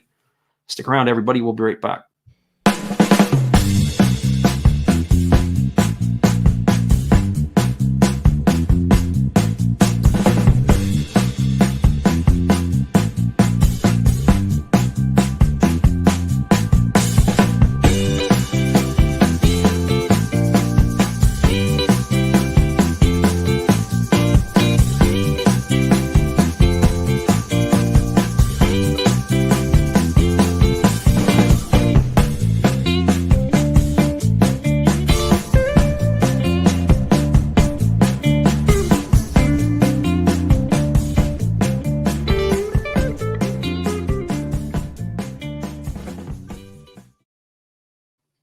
Welcome back, everybody. It's the 8, 9, and 1 hitters in the batting order for the San Diego Padres. And Webster Rivas takes a first pitch fastball low and away for ball 1. And then Gonzalez delivers a fastball for a called strike outside, and the count is 1-1. So 1 ball and 1 strike to Rivas. Rivas today singled his first time up. It was a ground ball in the vacated position of where Trey Turner would be on the right side of second base. So Webster Rivas is 1 for 1 tonight. And he asks for time and steps out. So here comes the 1 ball, 1 strike pitch. Gonzalez goes into the motion. He rocks and delivers. And there's a breaking ball that misses upstairs. And the count is now 2-1. So 2 balls and 1 strike to Rivas.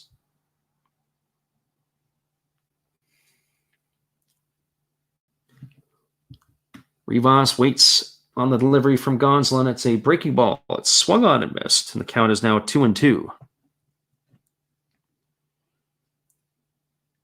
Rivas made his major league debut this year. He's from the Dominican Republic. He's not a young fella. He's 31 years old. And there is a fastball that misses outside. And the count is now 3-2.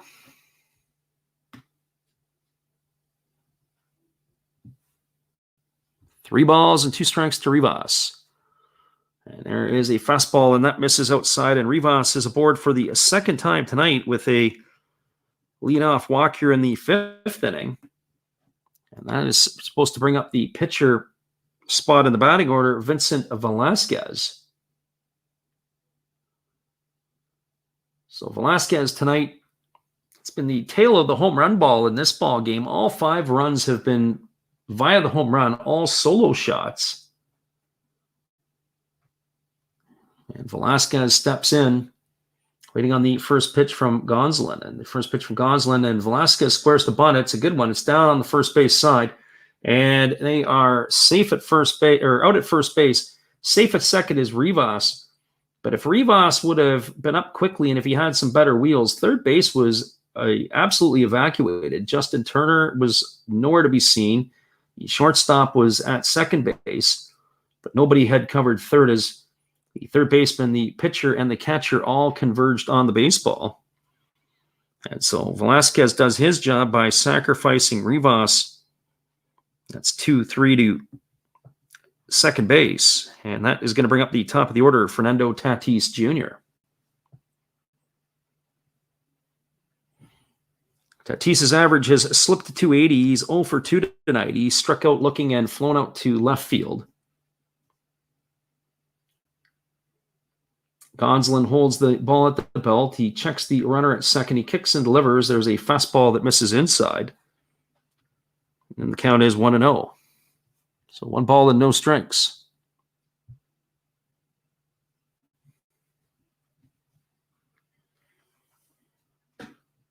Tatis's numbers have really tailed off through the last part of the year. He's Average has slipped down to 280, and there is a breaking ball that is swung on. This ball is belted to deep left field, and this ball is a no-doubter, and it looks like it may have left the stadium at Chavez Ravine. The way that the fans were reacting is it didn't just get over the stands, it has left the ballpark.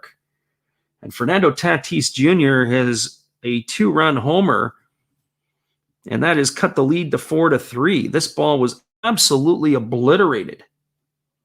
You get a chance to go and look at the highlights later tonight, or if you check them out tomorrow on YouTube. This ball was absolutely obliterated to left field. It had no chance. I was just saying that how his numbers have really cooled off, but that ball is in the jet stream, and it was gone. And right out of the park, you could see that people were looking. That is an absolute blast. We're going to have to get a StatCast number on that one. That's going to bring up Adam Frazier to the plate, and he takes a first pitch breaking ball for a called strike. That is Tatis's 42nd bomb of the season. But that was emphatic. It was an absolute blast. And there's a changeup taken for a called strike by Frazier, and the count is now 0-2. So no balls and 2 strikes. So it was just to the right of the State Farm sign, and it cleared the stands. There's a pitch that swung on and tap foul at home plate by Frazier, and the count remains at 0-2. I wonder if we'll have a estimated distance on that, but that is going to be one of the longer home runs that we have seen. I wonder what it's going to be when it stops rolling, when it rolls down the embankment there in left field. There is a fastball taken for a called third strike, and that is going to retire Frazier. He's not happy with the call, but he has gone on strikes for out number 2 here in the 5th inning.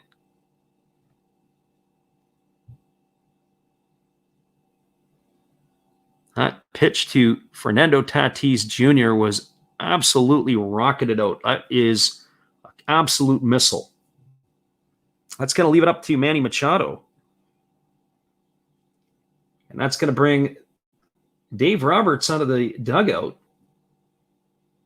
He's already taken the ball from Tony Gonsolin. We're going to have a pitching change in Los Angeles. Tony Gonsolin is done for the ball game.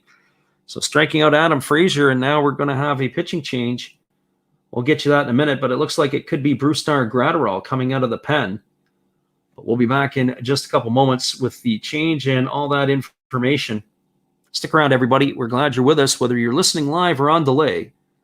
We appreciate you being here. There's our friend Steve again.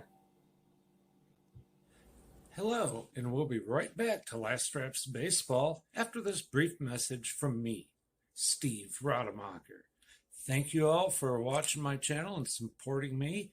Thank you all for supporting Freddie and Last Straps Baseball. He does an awesome job commentating. And to show you some more stuff that you could see on my channel, we have shiny Pokemon cards. We have Hall of Fame quarterbacks like Brett Favre. We have Bo Jackson playing baseball. That's right. That's his rookie card. Very nice. We even have gold.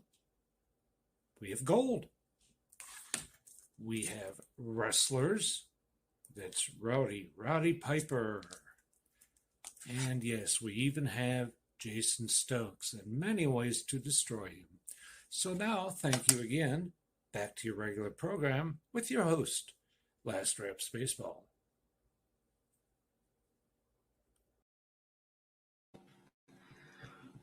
Thanks again, Steve. We appreciate you, and we appreciate your channel. After the game, be sure to check out Steve Rademacher and all his quirky different programs that he offers, including Money Monday, Takeover Tuesday, the No Filter Friday, or the Saturday morning cartoons. He's got something for everybody, whether it's G-rated or R-rated.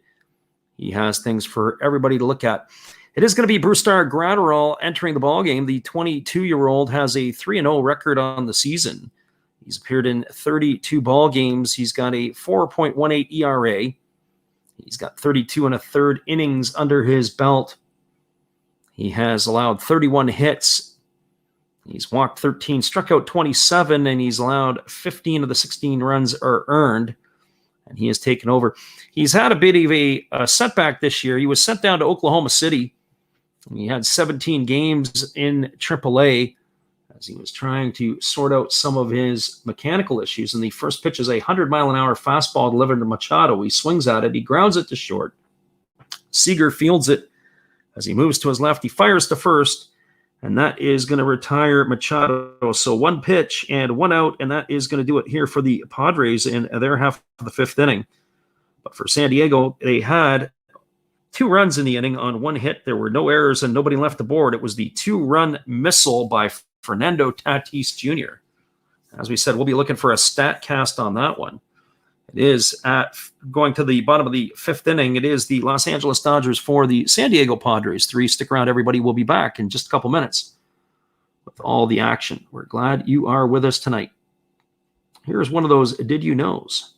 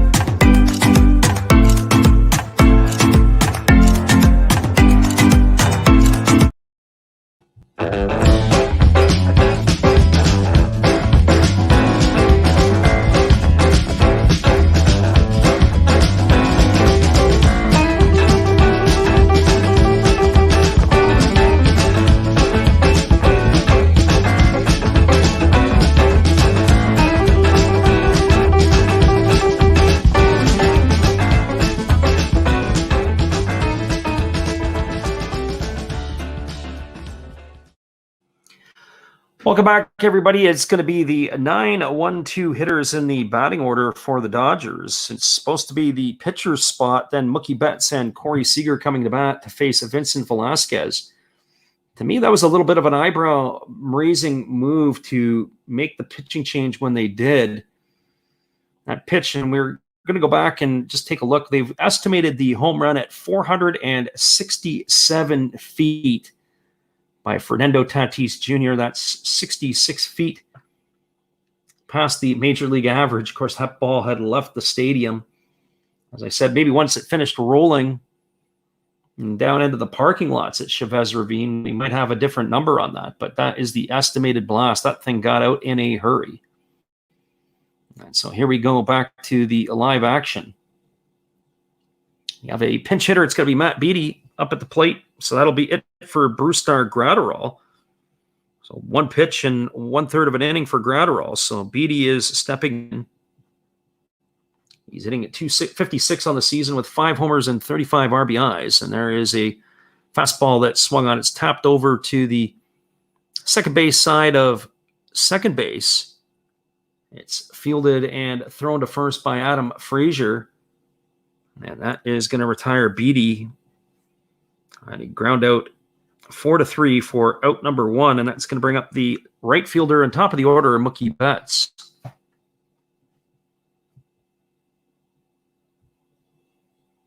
For Mookie Betts tonight, he is 1 for 2. He led off the game with a home run in the first inning. He's also flown out to right field. We've got Corey Knebel heating up in the bullpen. And it's Tim Hill in the San Diego bullpen. So both teams have action going on. And there is a first pitch that is a fastball taken low and away to Betts, and it is 1-0. So one would think that this may be the last inning for Velasquez. Velasquez goes into the motion, and there's a fastball swung on and missed. The count is now 1-1 to Mookie Betts. As we said before, it's been the home run ball that has bit Velasquez tonight, but just overall the command of his pitches. He's got some nice stuff. He's got 6 strikeouts in the 4 innings of work. But his command of his pitches and missing his spots, finding too much fat of the plate, there's a fastball that just misses into Betts, and the count is now 2-1. It's been the Achilles heel for him tonight.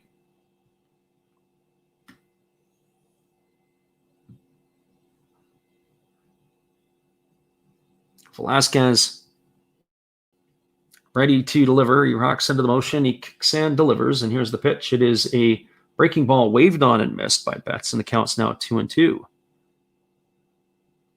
Velasquez has thrown 69 pitches so far and only 45 for strikes. He's just over 60%. And here comes the pitch to Betts. It is a fastball that misses low. And the count now runs to 3-2.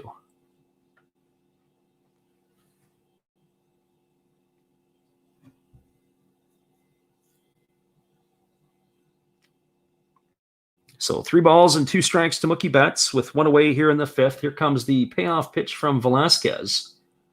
He rocks into the motion. He kicks and delivers. And there is a fastball taken for a called 3rd strike at the knees. And Betts is retired on strikes for the 2nd out of the inning. And that's going to leave it up to the shortstop, Corey Seager. For Corey Seager tonight, he has effectively owned Velasquez. And this looks like that is going to be it. Velasquez is getting high fives. And Jace Tingler is going to the bullpen, and that'll be it for Velasquez. Velasquez had faced Seager, and Seager had homered and doubled off him.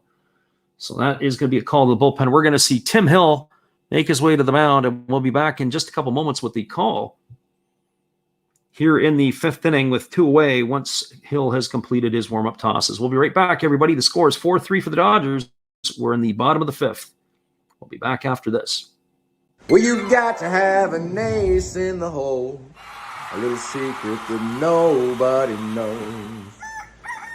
Life is a gamble, a game we all play, but you've got to save something for a rainy day. You've got to learn to play your cards right if you expect to win in life. Don't put it all on the line for just 1 roll. You've got to have an ace in the hole.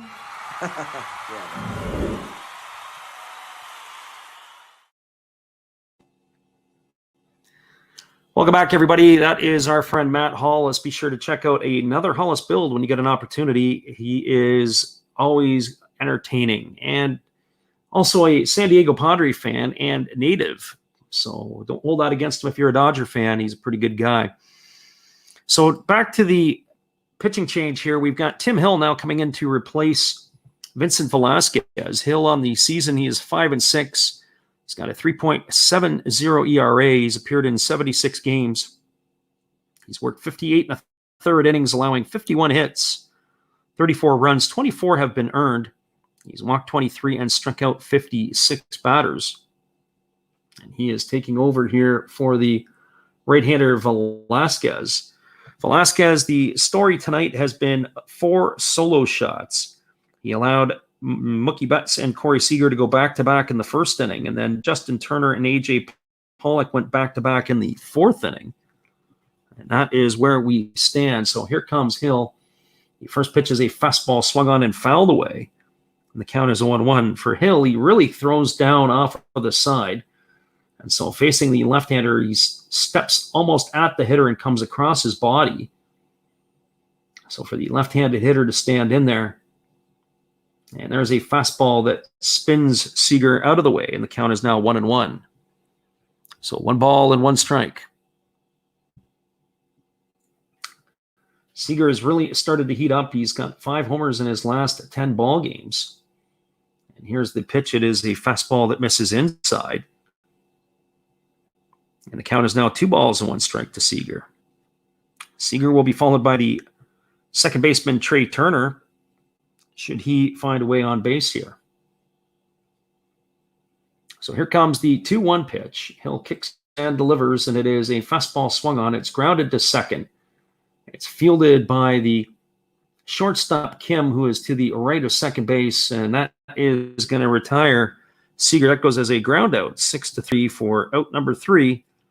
And so for the Dodgers in their half of the 5th inning, they had no runs, no hits, no errors, and nobody left aboard. We are now through 5 complete innings, It is the Los Angeles Dodgers 4, the San Diego Padres 3. Stick around, everybody. We'll be back in just a couple moments with the call at the top of the 6th inning. We're glad you could stop by and listen in tonight.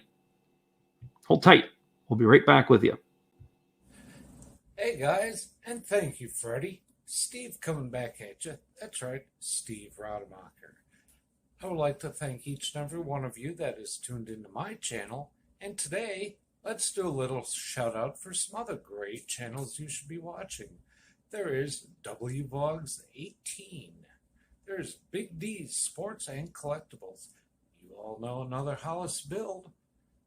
Why not Like Father, Like Son? That's a great duo that does some great stuff. It shows some great cards.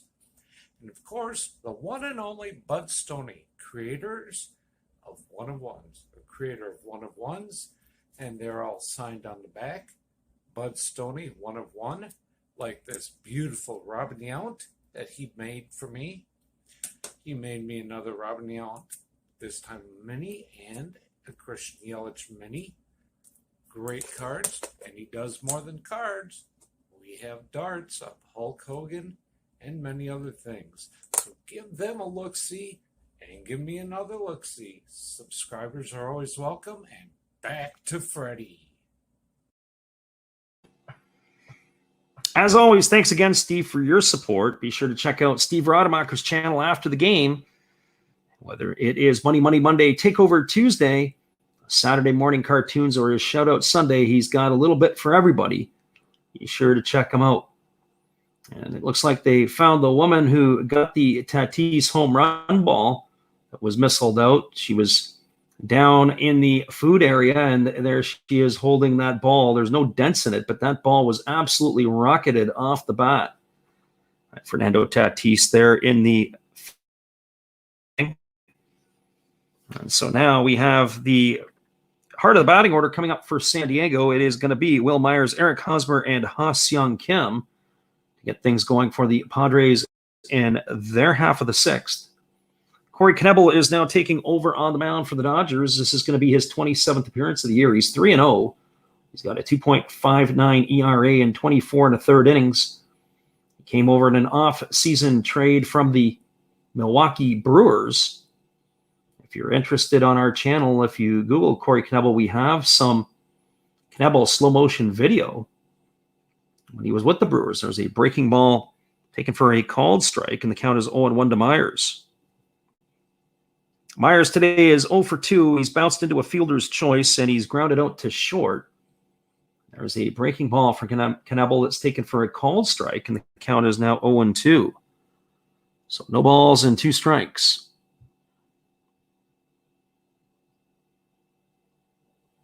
And Knebel goes back to work. He kicks and delivers. There's a breaking ball swung on and fouled away. And the count now is going to remain at 2 balls, or no balls and 2 strikes.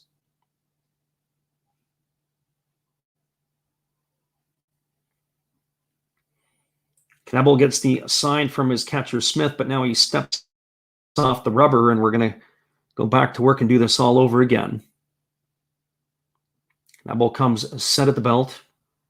He kicks and delivers, and there is a breaking ball swung on. It's grounded over to short.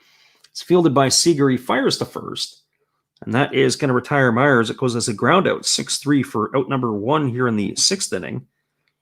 That's going to bring up the first baseman, Eric Hosmer.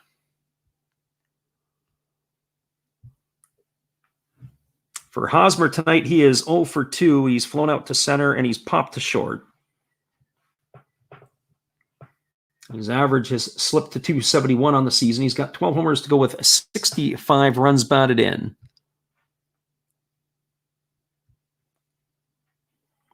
Right-hander against the left-hander. Knebel goes into the motion. He delivers a fastball at 97 miles an hour that splits the plate, and the count is 0-1 to Hosmer. So no balls and 1 strike.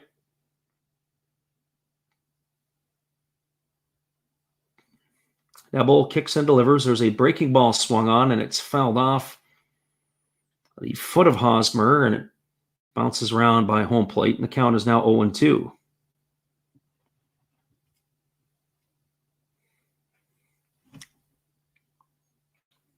No balls and 2 strikes.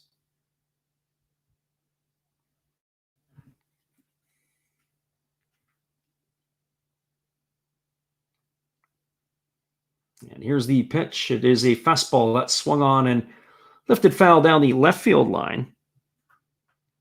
And the count remains at 0-2. So no balls and 2 strikes.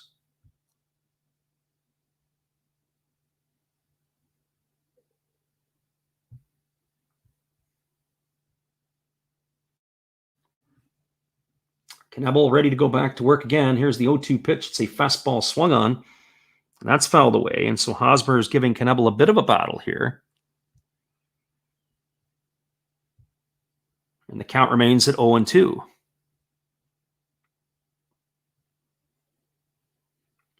Knebel ready to go back to work. He gets the aside from his catcher, Smith. He holds set at the belt. He kicks and delivers, and there's a breaking ball that misses low. And the count now runs 1-2 to Hosmer.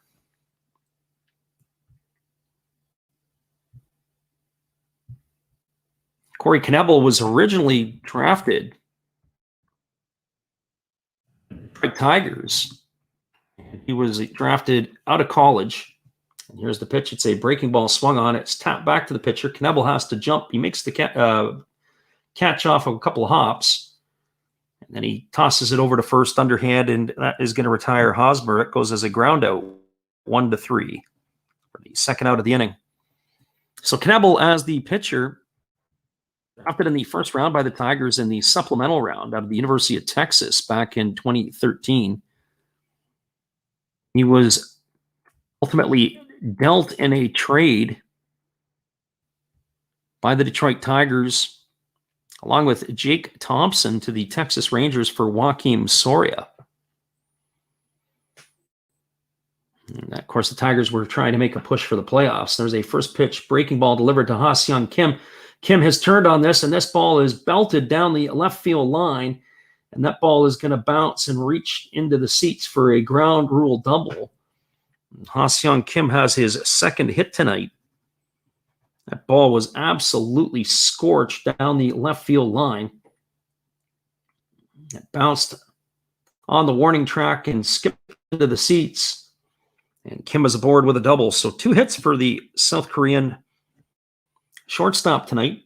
That's going to bring up the left fielder, Jake Marisnick.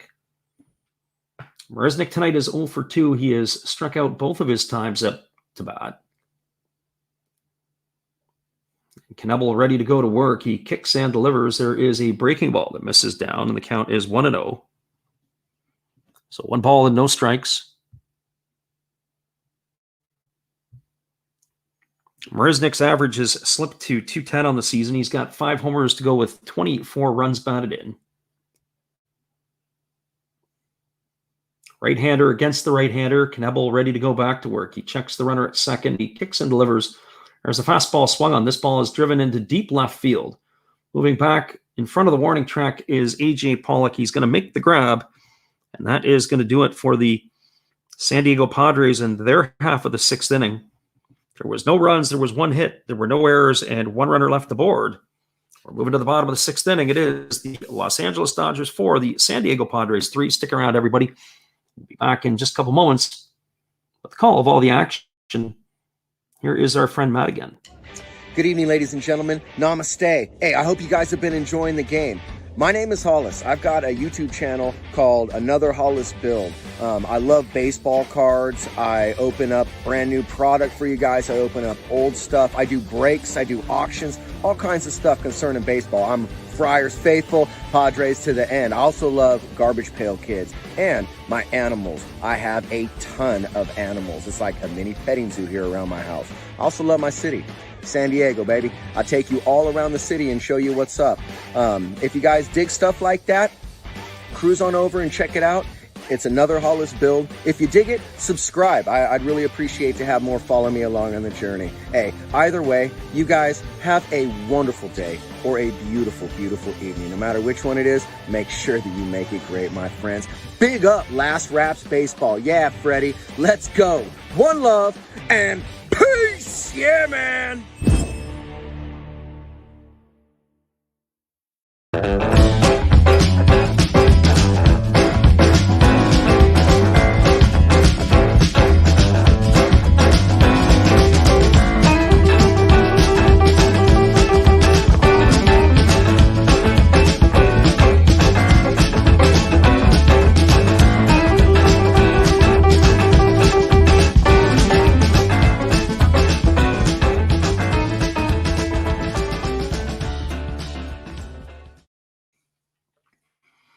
Welcome back, everybody. We are moving to the bottom of the sixth inning. It's going to be the 3, 4, and 5 hitters in the Los Angeles batting order.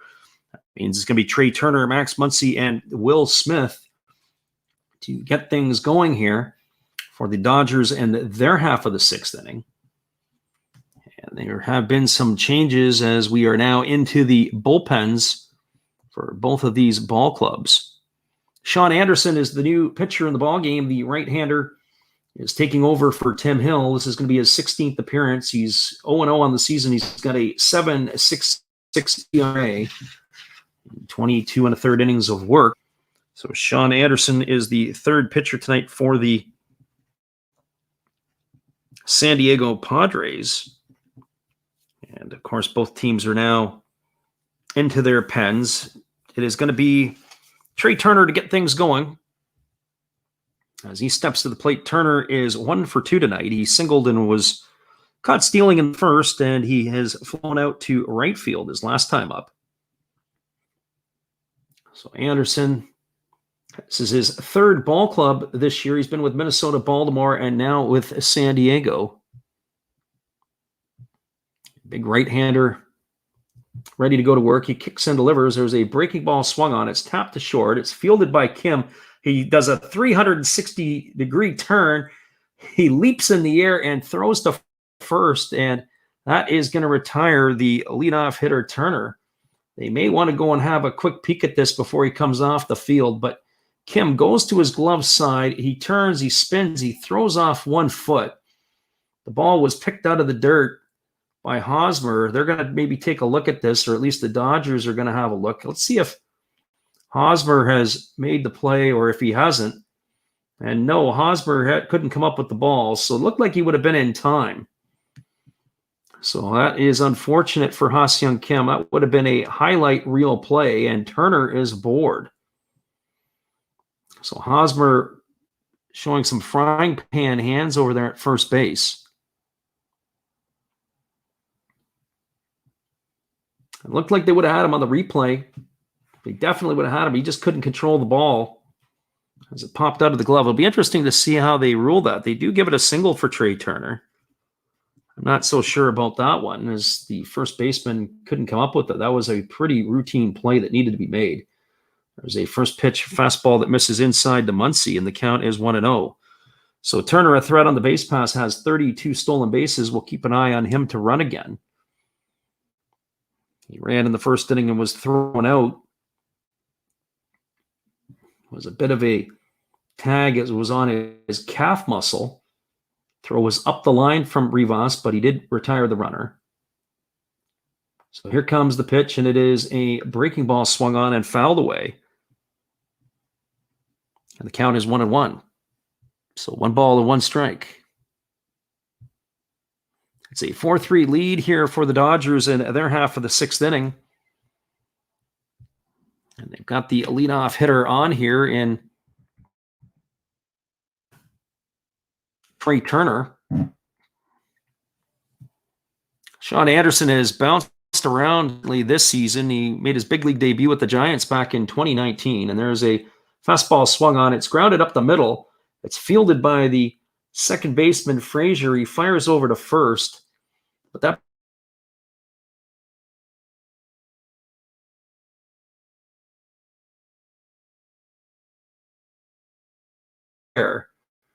Frazier ends up fielding it. He actually goes to tag the runner going into second base.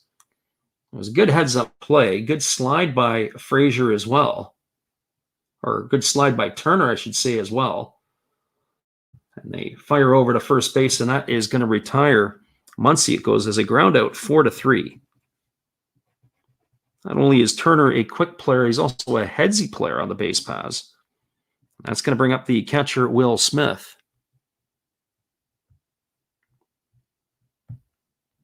And like father, like son is in the house to cheer on the Friars. Thanks for stopping off here, Joe. For Will Smith on the season, he's hitting .259. He is got 25 homers and 74 RBIs. He is 0 for 2 tonight. He is struck out and he's grounded into a double play.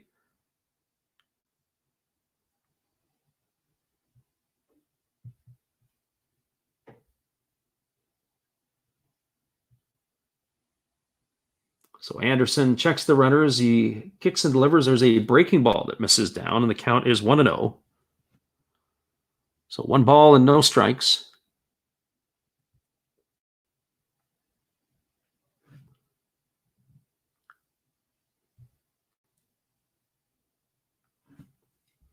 Smith digs in at the box, and he's waiting on the pitch from Anderson. Anderson has slowed down now that he's got a runner on base.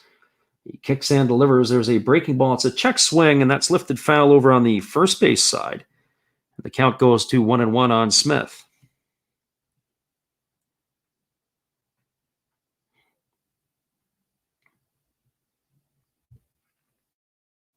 Smith has been a real solid contributor. He was a first-round pick by the Dodgers out of the University of Louisville back in the 2016 draft. He is in his 3rd season with the ball club. This is arguably where he's been an everyday player this year for the most part. This is his 128th game. There's a breaking ball that misses down. The count is 2-1. He and Austin Barnes are value players for the Dodgers. There's a lot of money in the Dodger payroll, and certainly this player is one of them who's not getting paid a whole lot.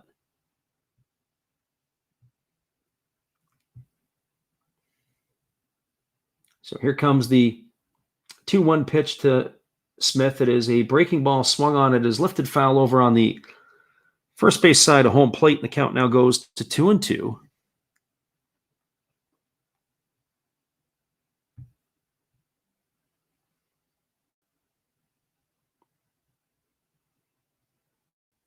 So 2 balls and 2 strikes. The runner at second is Turner. There is 1 away. The batter is Will Smith, and Justin Turner is waiting his turn on deck.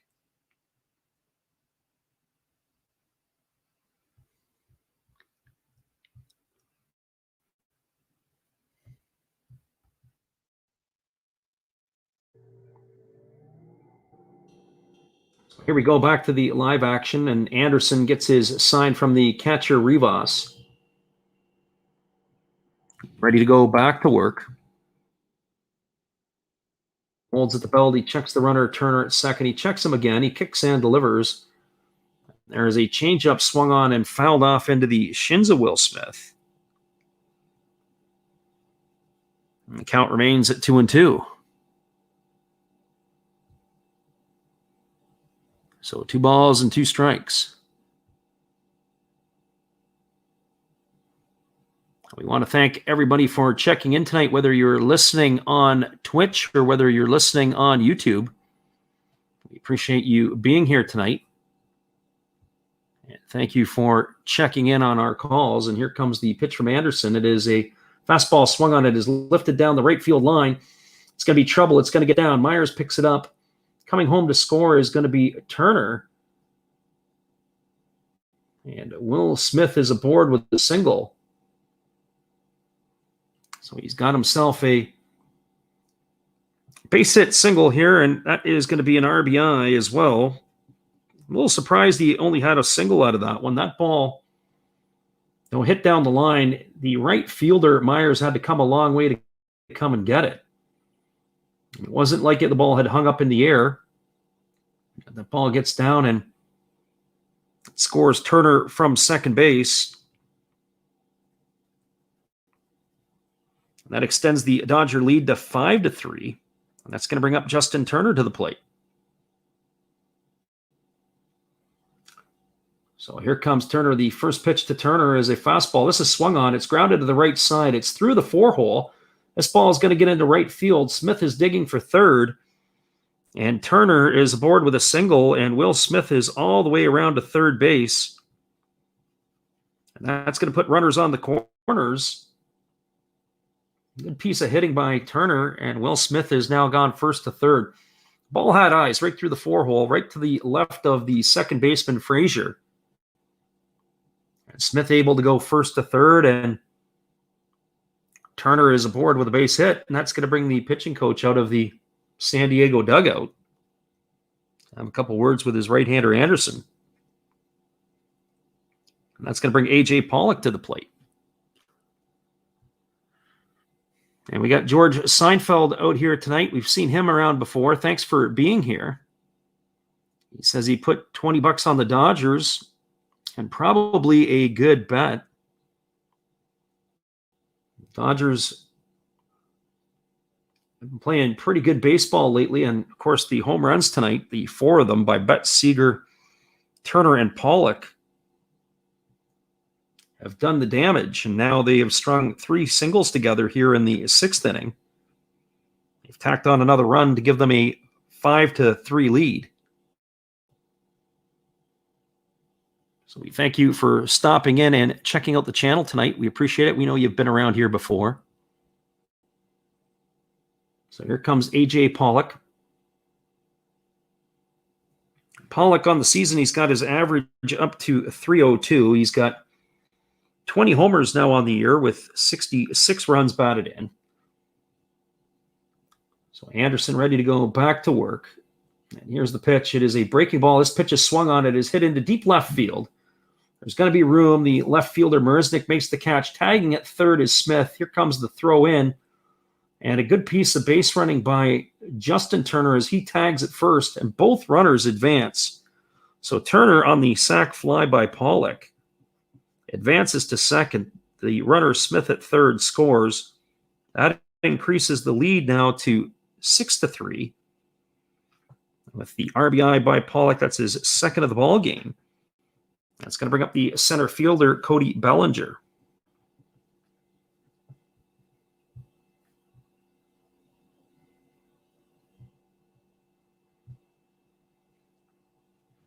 So Bellinger comes to the plate. He's 0 for 2 tonight. He has struck out both his times to the plate. And here's the first pitch from Anderson, and it's a breaking ball that misses outside.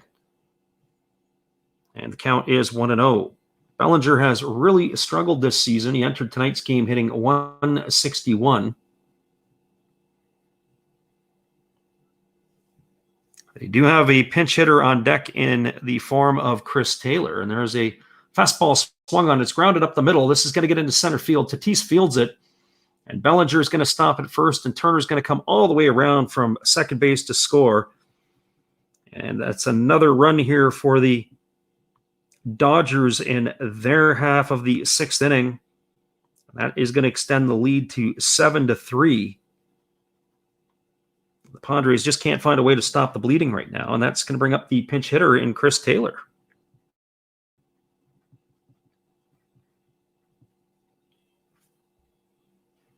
So 4 singles in the inning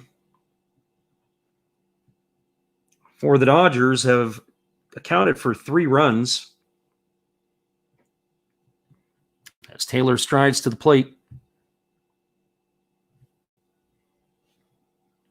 And here comes, well, it was Taylor coming to the plate. Now it looks like it's going to be Corey Knebel who's going to stick around for another at-bat. And the first pitch to Knebel is a breaking ball taken for a called strike, and the count is 0-1. So they must be leaning to go with him for another inning. And there is a fastball swung on. It's tapped slowly to third. It's fielded by Machado. He fires to first. It's up the line, but Hosmer makes the catch.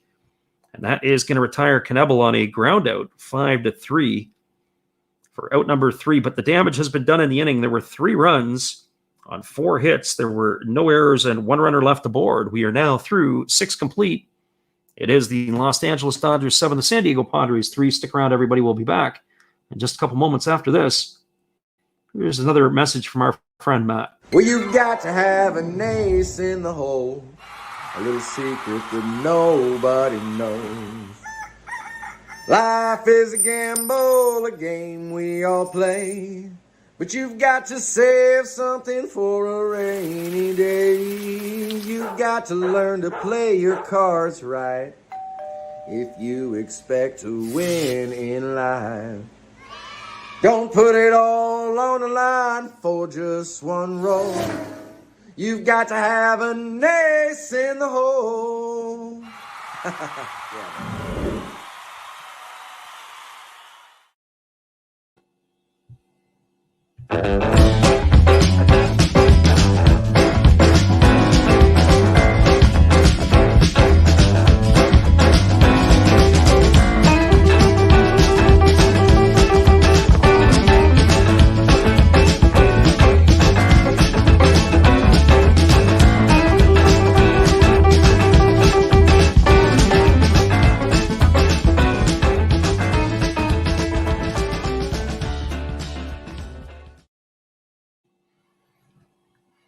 Welcome back, everybody. We appreciate y'all being here. It is going to be the top of the 7th inning. We have a 7-3 ball game on our hands. The San Diego Padres are trailing the Los Angeles Dodgers.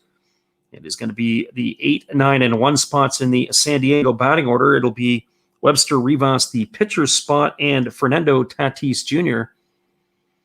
You come to bat here in the 7th inning for the Padres.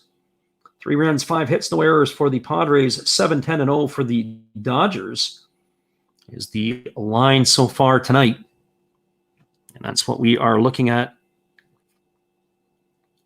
in this particular ball game. We are glad everybody has stopped in to check out our stream.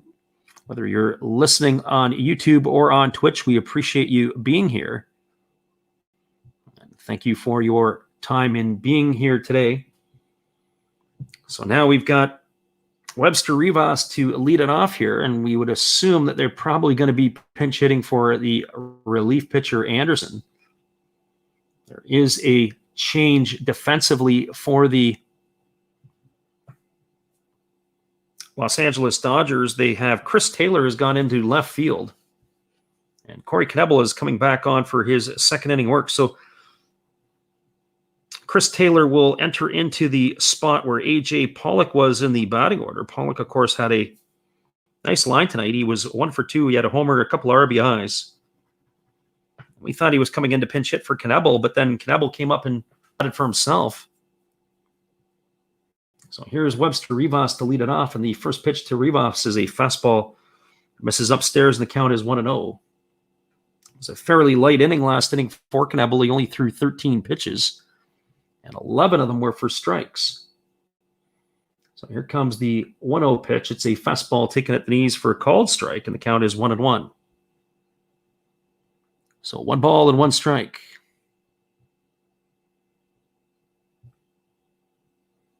Rivas digs in, and he waits from Knebel. There's a fastball swung on and missed. And the count is now 1-2.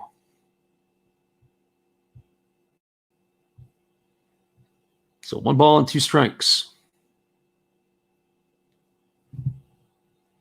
Knebel gets the ball. He's ready to go back to work.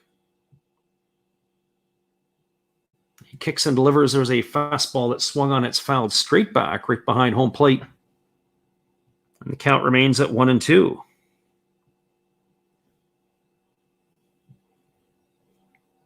The pitcher, Sean Anderson, his spot is next, but we would assume that there's probably going to be a pinch hitter for him. There's a fastball swung on and missed, and Rivas is retired on strikes for out number 1 here in the 7th. So 1 up and 1 away, and that brings up the pitcher's spot in the batting order.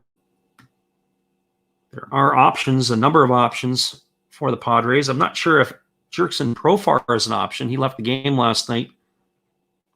Look, he had a tender hamstring. But we are indeed going to get ourselves a pinch hitter. And that's going to be Trent Grisham. So Grisham coming on to pinch hit for Sean Anderson.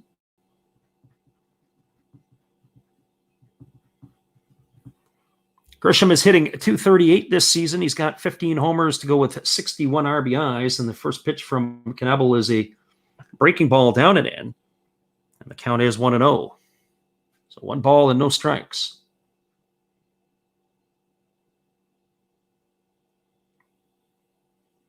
Right-hander against the left-hander. Knebel ready to go back to work. Here's the pitch. It is a fastball taken for a called strike. And the count is 1-1. Frank Grisham, like his teammate Will Myers, chooses not to use batting gloves. Not too many of those players in the big leagues who don't go with the batting gloves. So here comes the 1-1 pitch. And here comes the pitch. It's a fastball swung on and missed. And the count now is 1-2 to Grisham. I think of other players. I think of former Mariner, and I believe he's with the Phillies, Brad Miller. He's never used batting gloves at the big league level. I think also recently of Hunter Pence. Hunter Pence would often not use batting gloves. There's a breaking ball that misses down and in. But he would often use one glove sometimes. So 2 balls and 2 strikes to Grisham. Fernando Tatis is waiting his turn on deck.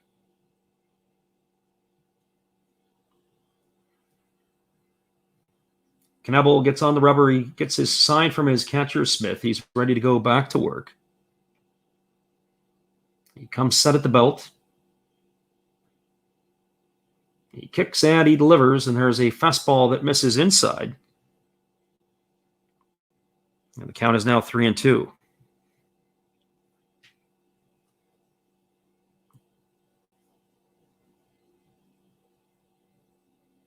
Grisham gets himself dug in. He's ready to face the right-hander, Knebel. Knebel holds at the belt. He kicks and delivers. There's a fastball swung on. It is lifted foul on the third base side of home plate, and that keeps the count at 3 balls and 2 strikes. So 3 balls and 2 strikes.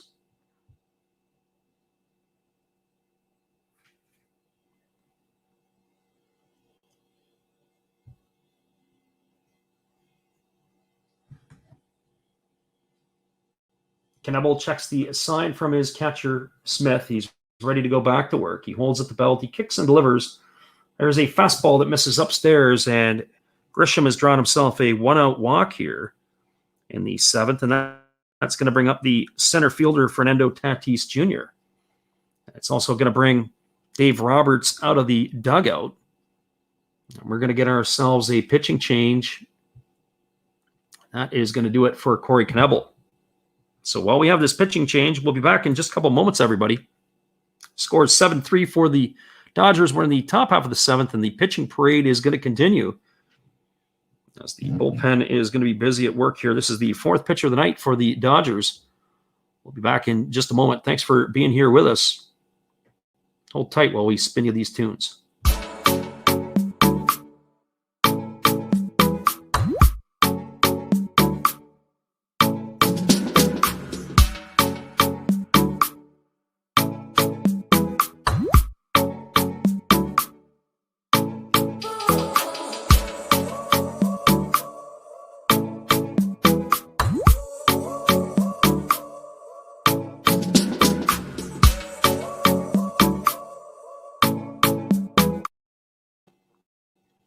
Welcome back, everybody. We are going to update you on the out-of-town scoreboard. And, of course, the game that the Dodgers are watching is in San Francisco. The Arizona Diamondbacks jumped out to a 3-run lead in the first inning. And the Giants have clawed their way back, and then the D-backs grabbed the 4th run in the top of the 5th, and the Giants got one back in the bottom, and they're 4-4 right now in the 7th inning. It's the bottom of the 7th inning. The Giants tonight have got one of their home runs. It was a Brandon Crawford home run off of Madison Bumgarner. And all of the D-backs runs have been manufactured. And Madison Bumgarner went 5 innings against his former club, scattering 8 hits, allowing 4 runs, walking none, and striking out 4. So, of course, that game is being closely watched. Brandon Crawford has driven in his 90th run of the season with that RBI. When you think of MVP candidates around the league, Max Muncy for a long time was being considered as one in the National League. I'm not sure if he is still a candidate, but that is something that is a bit up for grabs on both sides. The American National League. The American League is a little more clearer, one would think, between either Ohtani or Guerrero. I think I would give my nod to Guerrero only because he's played in more meaningful games in the month of September than Ohtani has. Ohtani's been playing out the string since what seems like April. So Joe Kelly is on in relief. He is going to be facing Fernando Tatis Jr. Tatis Jr. his last time up hit a 470-foot shot that cleared the left field bleachers, ended up in the food stand behind the left field bleachers. It was his 42nd homer of the year. He's got 97 runs batted in now, does Tatis. So here comes the first pitch from Joe Kelly. He kicks and delivers. It's a breaking ball swung on. It is lifted foul down the right field line. It is struck. It's going to reach the seats. The count is quickly 0-1 to Tatis Jr. Fernando Tatis Jr. getting the nod in center field tonight. It's another peculiar move that the Padres have done. They've locked him up to this massive contract, and now they've taken him out of his shortstop position. We know he's had some shoulder or nagging shoulder issues this year. They've had him in center field. They've had him in right field, and there's a breaking ball swung on. It's tap foul right at home plate. And the count goes to 0-2 to Tatis. So no balls and 2 strikes.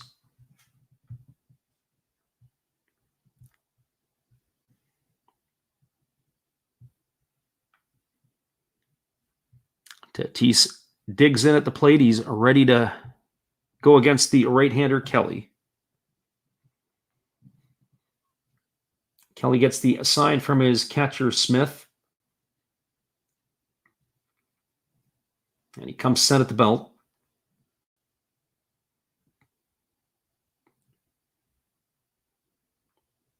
He kicks and he delivers, and there is a fastball taken for a called third strike. And Tatis Jr., I'm not sure what he was looking at. But you certainly saw that one carve the plate in half, and that is going to retire Tatis Jr. for the second out of the inning. A 98-mile-an-hour fastball. It was a two-seamer. It looked like a little bit of backdoor run on it. It catches the outside corner, started on the outside corner, really caught more of the heart of the plate. And that retires Tatis. That's going to bring up the second baseman, Adam Frazier. So Frazier tonight is 0 for 3. He's flown out to left field twice, and he struck out his other time up. There's a breaking ball that misses low, and the count is 1-0 to Frazier. So 1 ball and no strikes.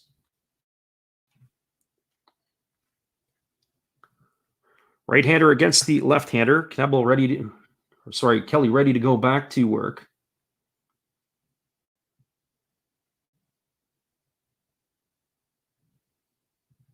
And here's the pitch. It is a breaking ball taken for a called strike. And the count goes even to 1-1.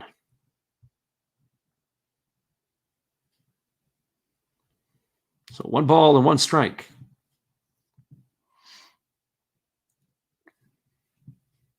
Frazier digs in. Kelly gets the sign from his catcher Smith. He's ready to go back to work.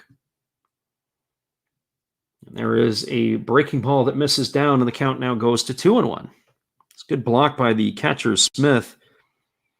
Kept the runner Gresham from advancing. Frazier's average has slipped to 306 on the night with his 0 for 3 so far.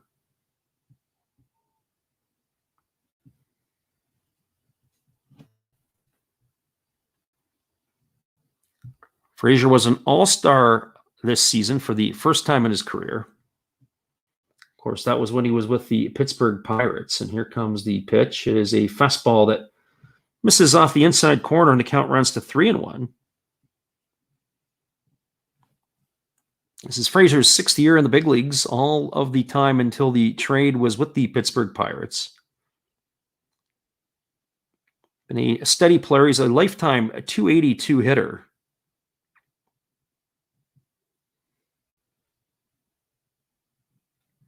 So here comes the 3-1 pitch. Kelly holds at the belt.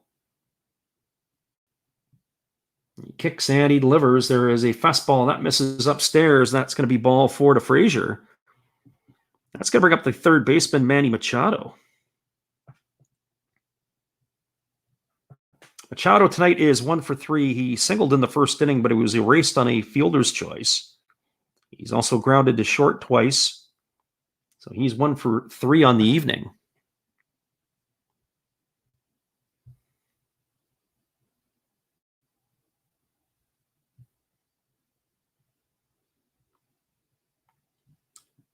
Machado steps up to the plate. He is sporting a 280 batting average on the season. He's got 28 homers and 103 runs batted in.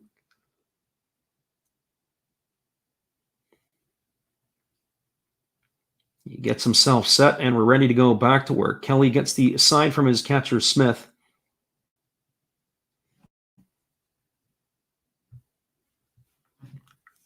And Kelly steps off and asks for the signs again. They've got the runner at second, so sometimes they change their signs or they add some different sequences to it. So Kelly holds the ball at the belt. He checks the runner. There's a long pause and a long look at Grisham at second. And there's a breaking ball that misses inside. And the count is 1-0. So 1 ball and no strikes to Manny Machado.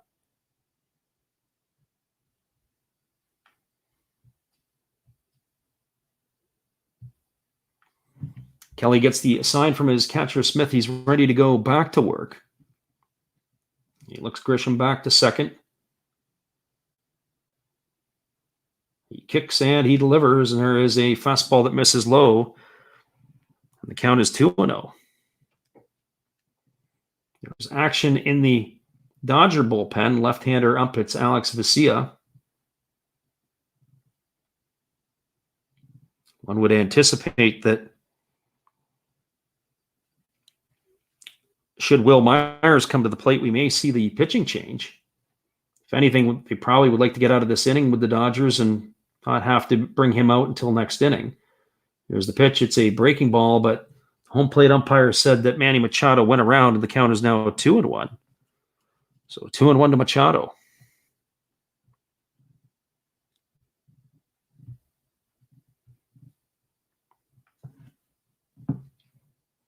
The runner at second is Grisham. The runner at first is Frazier. Machado is the hitter here with 2 away in the 7th inning.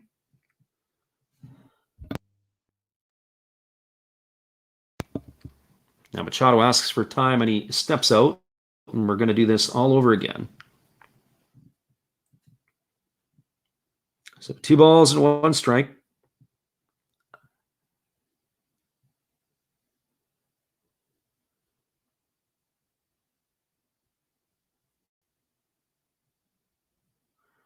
And here's the pitch from Kelly. He kicks and delivers. It's a breaking ball. This is swung on, and it's tapped foul down the third base line.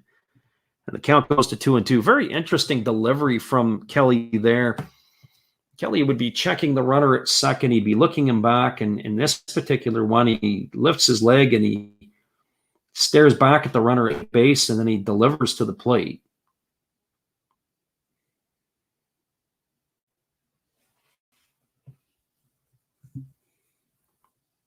So Machado ready to go back to work again.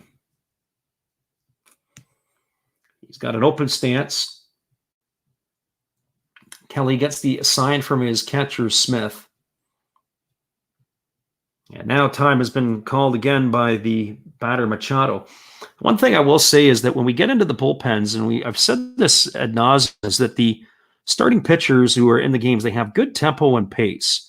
And then we get into the bullpens, and the bullpen pitchers or the relievers and just start to do things differently. They slow down, they change the tempo of the game. It's not always for the right reason, especially when teams have a lead. It's a 7-3 ball game.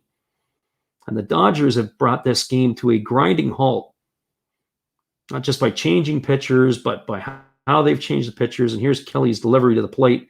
It's a breaking ball, swung on and missed. And that is going to retire Machado on strikes for the 3rd out of the inning. So for the Padres in their half of the 7th inning, they had no runs, there were no hits, no errors, and 2 runners left aboard. We're through 6.5 in Los Angeles. It is the Dodgers 7, the Padres 3. Stick around, everybody. We'll be back with the call in just a couple moments. Stay with us. We're glad you are here, whether listening live or on delay. Hello, kids. Steve coming at you.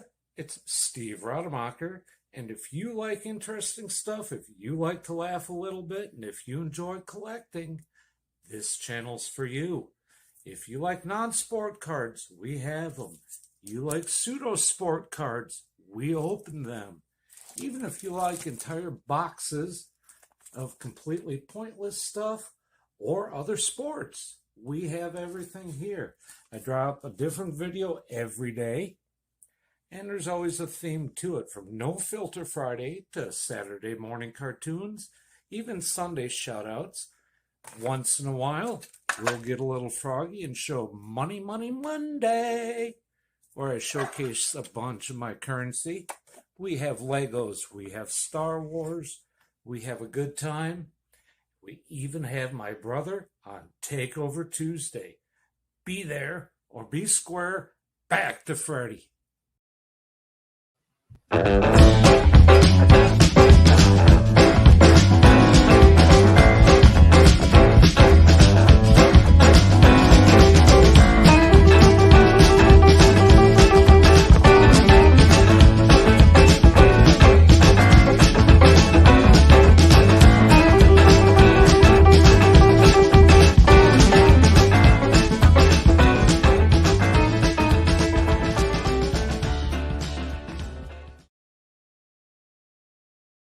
Welcome back, everybody. We have a pitching change for the San Diego Padres. It is going to be the right-hander Austin Adams, the 6'3", 220-pound right-hander. Is coming on. He is going to be working in his 65th game of the year. He's worked 50 and 2/3 innings. He's allowed 27 hits, 34 walks, and he has struck out 75. But in his limited innings of work, he leads the league. In hit batters, he has plunked 24 batters this season. He is going to face the top of the batting order. It's going to be Mookie Betts, Corey Seager, and Trey Turner to get things going for the Dodgers. And the first pitch is a breaking ball taken for a called strike by Betts, and the count is 0-1. For Betts tonight, he is 1 for 3. He homered in the first inning to lead off the ball game. He's flown to right and struck out looking his last time up.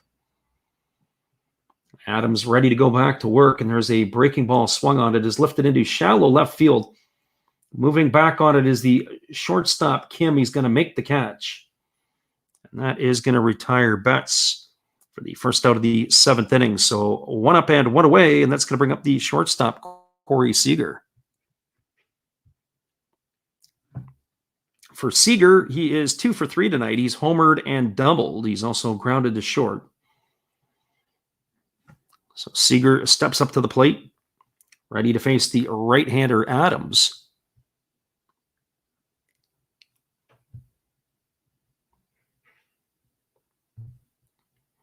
Right-hander against the left-hander. Seager ready to go to work to face Adams here. And here's the pitch from Adams. It's a breaking ball that's taken for a called strike. Count is 0-1. Adams is a big guy, and he's got a bit of a funky delivery. He comes off of the side. The ball's got a lot of movement on it. Here comes the 0-1 pitch. And there is a breaking ball that's swung on, and it's fouled away over on the third base side. The count is quickly 0-2 to Seager.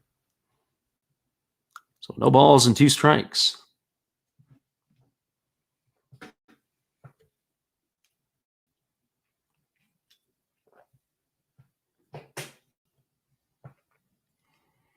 Adams goes back to work as he gets the sign from his catcher, Smith. He kicks and delivers. There's a breaking ball swung on. This ball is hammered to right field. Moving back on the warning track is Will Myers. He looks up, and this is gone. It's going to be the 6th home run in 10 games for Corey Seager, as that ball was absolutely rocketed to right field in the power alley. That is the 5th home run tonight for the Dodgers. And they're picking up where they left off last night after hitting 6 bombs off of the San Diego pitching. They've got 5 again here tonight. And that ball left the yard in a big hurry. And that extends the Dodger lead to 8-3. So Corey Seager with his 2nd homer of the night, 15 now on the year, and 6 in his last 10 games. He's absolutely on fire. There's a first pitch fastball taken by Trey Turner for a called strike, and the count is 0-1. That's his 10th career multi-home run game for Seager. So here comes the pitch from Adams. It's a fastball swung on. This ball is popped up. Camping out underneath it is the second baseman, Adam Frazier, and he's going to make the catch and put it away. And that is going to retire Turner for the 2nd out of the inning. That's going to leave it up to the first baseman, Max Muncy. For Muncy tonight, he is 0 for 2. He has walked and was erased on a double play.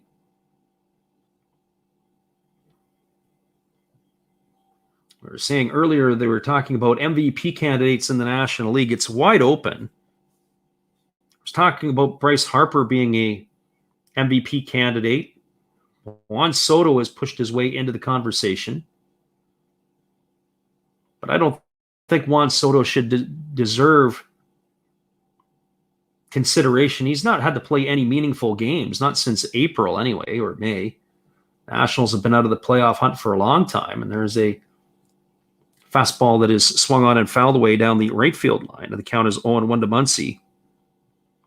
I do think that you have to be in some meaningful events, and Bryce Harper does check that. They were in the playoffs up until pretty much were in the playoff hunt up until today, and there's a fastball swung on and fouled back to the third base side of home plate. The count is 0-2 to Muncy. When I think of other players in consideration in the National League, Muncy would have been one of those guys up until a couple of weeks ago. I think Brandon Crawford still needs to be in that conversation. Shortstop for the San Francisco Giants has had himself a fine campaign. Here's the 0-2 pitch to Muncy. It's a breaking ball. It's taken for a ball. They appeal down to the third base umpire, Tripp Gibson, but he said he didn't go, and that's going to run the count to 1 ball and 2 strikes.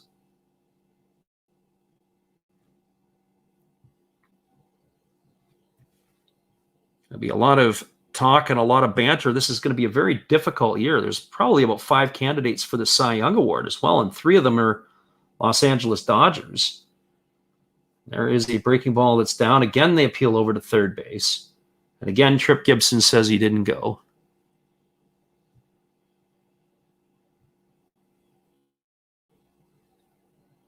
So Soto, Harper, of course, Tatis in the conversation as well. Cincinnati Reds had a couple of players. Obviously, Castellanos early on was playing very well, and Joey Votto really caught fire toward the end of the year. Here comes the pitch, and it is a breaking ball that misses low, and the count is now 3 balls and 2 strikes to Muncy. As I mentioned before, Brandon Crawford playing the shortstop position, very difficult position to play, and posting up some numbers. I'm not the president of the Brandon Crawford fan club. Also, Austin Riley has to be in some consideration, one would think. And there's a fastball swung on. It's popped up over on the right side. Moving back underneath it is Adam Frazier. He's going to make the catch. He's going to put it away, and that is going to retire Muncy for the 3rd out of the inning. So for the Dodgers in their half of the 7th, they got a run on the home run by Corey Seager. They had 1 hit. There were no errors, and nobody left the board. That's the 5th home run of the ballgame for the Dodgers. We're now moving to the top of the 8th inning. It is 8-3 for Los Angeles. Stick around, everybody. We'll be back in just a couple moments. Here's another message from our friend Matt. Good evening, ladies and gentlemen. Namaste. Hey, I hope you guys have been enjoying the game. My name is Hollis. I've got a YouTube channel called Another Hollis Build. I love baseball cards. I open up brand new product for you guys. I open up old stuff. I do breaks. I do auctions. All kinds of stuff concerning baseball. I'm Friars faithful, Padres to the end. I also love Garbage Pail Kids and my animals. I have a ton of animals. It's like a mini petting zoo here around my house. I also love my city. San Diego, baby. I'll take you all around the city and show you what's up. If you guys dig stuff like that, cruise on over and check it out. It's Another Hollis Build. If you dig it, subscribe. I'd really appreciate to have more follow me along on the journey. Hey, either way, you guys have a wonderful day or a beautiful, beautiful evening. No matter which one it is, make sure that you make it great, my friends. Big up Last Raps Baseball. Yeah, Freddie, let's go. One love and peace. Yeah, man.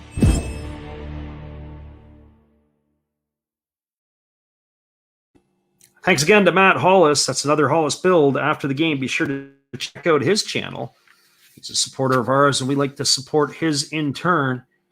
We are now going to the top of the 8th inning in the Padres' heart of the batting order. It will be coming up. It'll be Will Myers, Eric Hosmer, and Ha Seung Kim.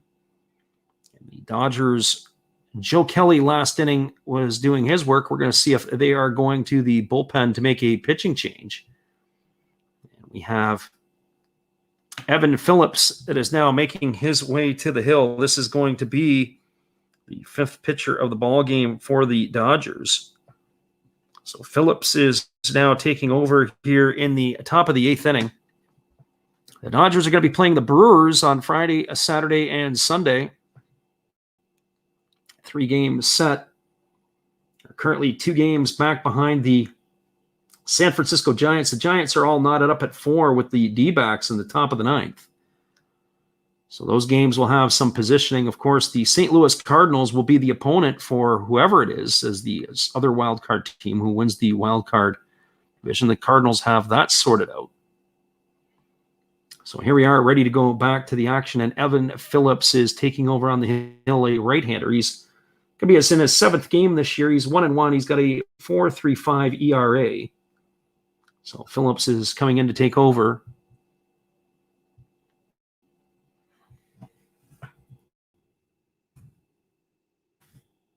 Phillips is in his 4th big league season. The first pitch is a breaking ball taken for a called strike, and the count is 0-1 to Will Myers. Phillips this year, this is his 2nd ball club. He was with the Tampa Bay Rays. Now he's with the Dodgers. He's spent most of his career in Baltimore, but he also spent some time in the Atlanta organization where he began his big league career. There's a breaking ball that misses down and away, and the count is 1-1. 1 ball and 1 strike. Phillips was released by the Orioles on August the 2nd. He signed with the Tampa Bay Rays. There was a fastball taken for a called strike, and the count is 1-2. So the Rays had him in there very quickly, and then he left. He was only in 1 game with the Rays. He pitched in 3 innings. And they waived him, and then the Dodgers select him off waivers from Tampa on August 16th. And now he's been in their organization. So here we go. Here's the pitch. It is a breaking ball. This is swung on and lifted foul over on the first base side, and the count remains at 1-2. So 1 ball and 2 strikes.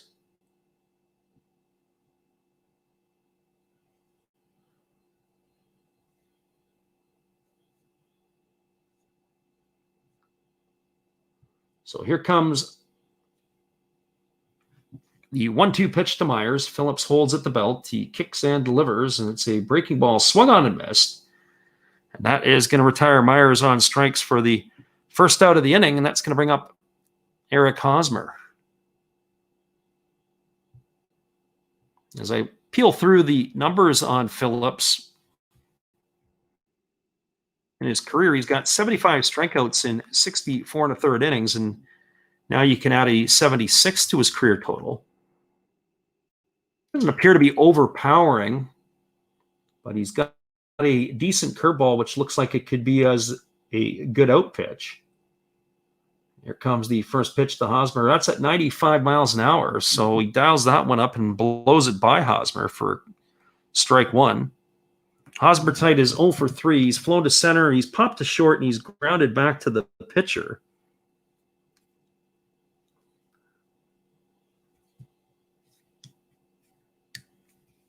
And here comes the pitch. It's a breaking ball taken for a called strike.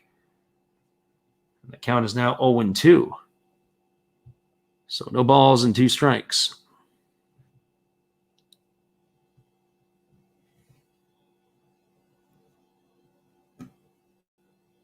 So no balls and 2 strikes to Hosmer. He digs in and gets himself set. We're ready to go again. He's got some interesting pink lizard skin on his bat. Here comes the pitch, and it is a changeup that misses down and away, and the count is 1-2 to Hosmer.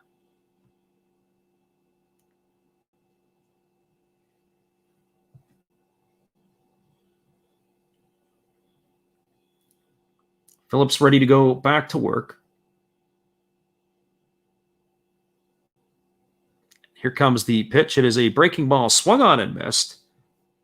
And that's going to retire Hosmer for the second out of the inning. Well, I've not seen Evan Phillips pitch before, and I can tell you this much. If he can bring this, that could be some October stuff out of the bullpen. There's some nasty movement on those breaking balls that he's delivered to Padre hitters. They're up there looking foolish.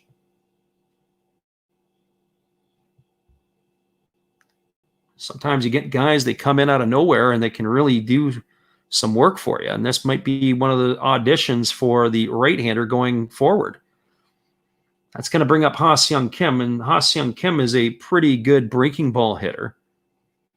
Kim tonight is 2 for 3. He's homered, he's doubled, and he's struck out. And the first pitch is a fastball at 96 at the knees for a called strike. The count is 0-1. He's been able to raise his average on the season up to 209. The home run he hit earlier was his 8th of the year.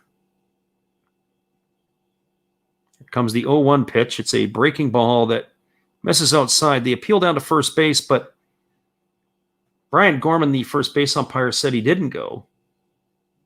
That runs the count to 1-1. Typically, the Asian batters are pretty good at hitting breaking stuff. They see a lot of breaking balls in both the Korean League and the Japanese League, and there's a breaking ball swung on. It's popped up on the right side of the infield. Camping out underneath it is the first baseman, Muncy. He's going to make the catch. That is going to retire Kim for the 3rd out of the inning. So for the Padres in their half of the 8th, no runs, no hits, no errors, and nobody left the board. We're moving to the bottom of the 8th inning at Chavez Ravine. It is the Los Angeles Dodgers 8, the San Diego Padres 3. Thanks for checking us out tonight, everybody. We're glad you are with us. We'll be back in just a couple moments with the call of the bottom of the 8th inning. Here's our friend Steve again. Hello, friends. Steve coming back at you, a clean-shaven Steve. Thank you for watching The Last Reps Baseball. And please continue to support my channel among others, like Another Hollis Build. Awesome commercial. And now I'll show you a few more things that we do have. We have toys, like this bobblehead Star Wars on wheels. We have Noids. We can't keep avoiding them forever. We do have Legos. Love my Legos. We have Origami Folder. Check him out. He's new into this, getting started, has good following already. We have Red Beard Breaks. And we also have these things that, in a pinch, will tell you what your temperature is. So, if you like all of this, and if you like Last Reps Baseball, join all of us. We'd love to have you. And I know you would enjoy us. Thank you, peace, good night, and cheers.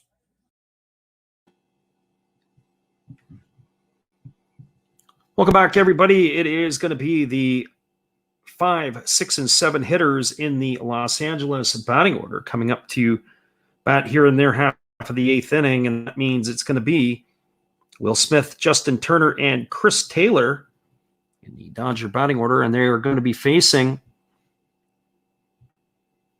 it looks like still going to be Austin Adams, but we'll get that update in just a moment, as Adams had come on in relief in the 7th inning. Let's see if they are going to stay with him or not. He served up a home run in his last inning of work. That's exactly what they're doing. They're staying with him. So here comes the first pitch. It's a breaking ball taken for a called strike by Will Smith, and the count is 0-1.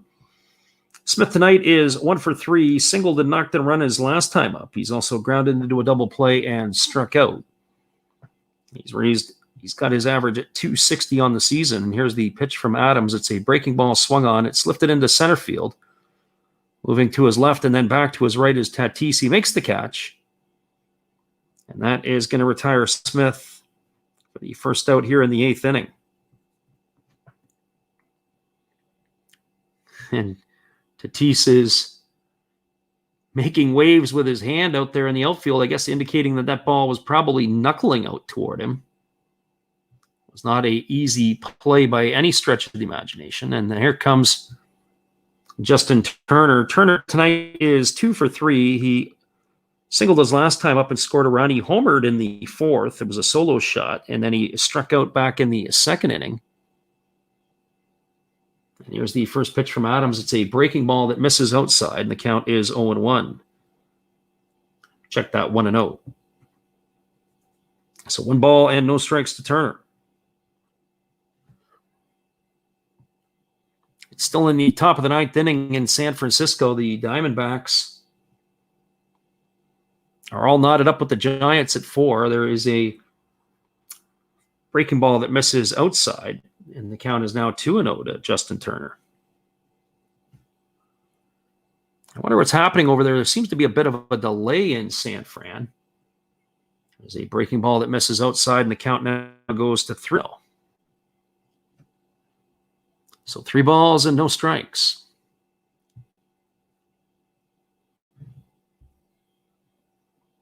Turner digs in and waits on the pitch from Adams, and there is a fastball, and that goes off the glove of the catcher and all the way to the backstop. Rivas is going to have to go and retrieve it because time had not been called as the runner had not reached the base. The ball was still live. And Justin Turner gets himself a 1-out walk, and that's going to bring up the left fielder, Chris Taylor.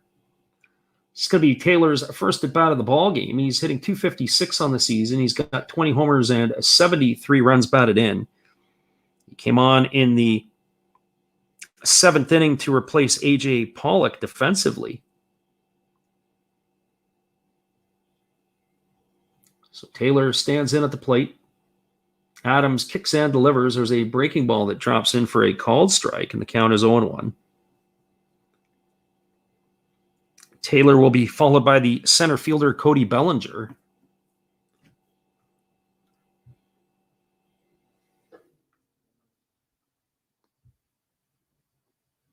And here's the pitch from Adams. It's a breaking ball, swung on and missed. And the count now is quickly 0-2 to Taylor. So no balls and 2 strikes.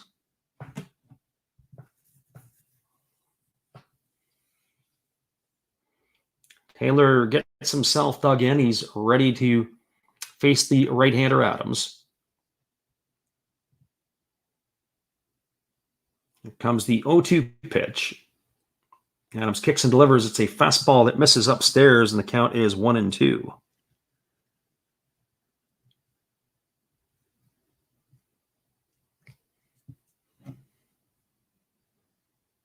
So 1 ball and 2 strikes to Taylor. Right-hander against the right-hander. Adams comes set at the chest. He kicks and delivers. It's a breaking ball, swung on and missed. And Taylor is retired for the 2nd out of the inning, and that is going to bring up the center fielder, Cody Bellinger.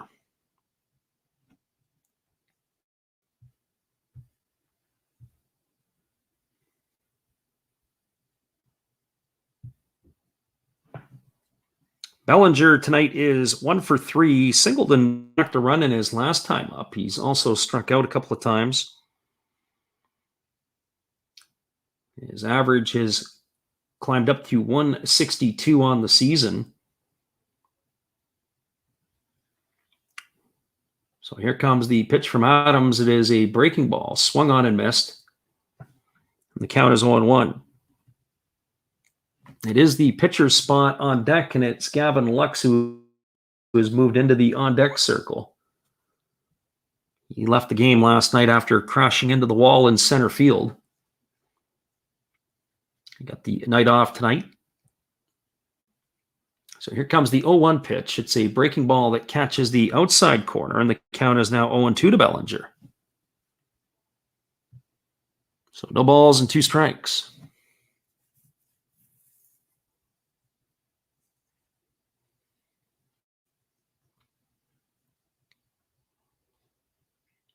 Adams gets the sign from his catcher, Rivas. There's a breaking ball swung on. It's tapped slowly over to second. Frazier fields it. He throws it on the run to first base, and that's going to retire Bellinger on a ground out 4-3 for out number 3. So for the Dodgers into their half of the 8th inning, no runs. There was no hits, no errors, and 1 runner left aboard. We are now through 8 complete. It is the San Diego Padres trailing the Los Angeles Dodgers 8-3. We'll be back for the top of the 9th inning when we return after this. We thank everybody here for being with us. Here's our friend Matt again. Good evening, sports fans. I hope you all have been enjoying the game. This is just another message from another Hollis build. I hope that your team is in the lead, but if not, remember, that's life. That's what all the people say. You're riding high in April, shot down in May. But you know I'm gonna change that tune. When I'm back on top in June. I said that's life.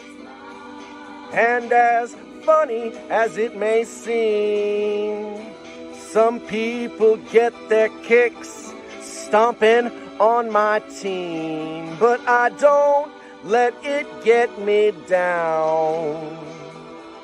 'Cause this fine old world, it keeps spinning around.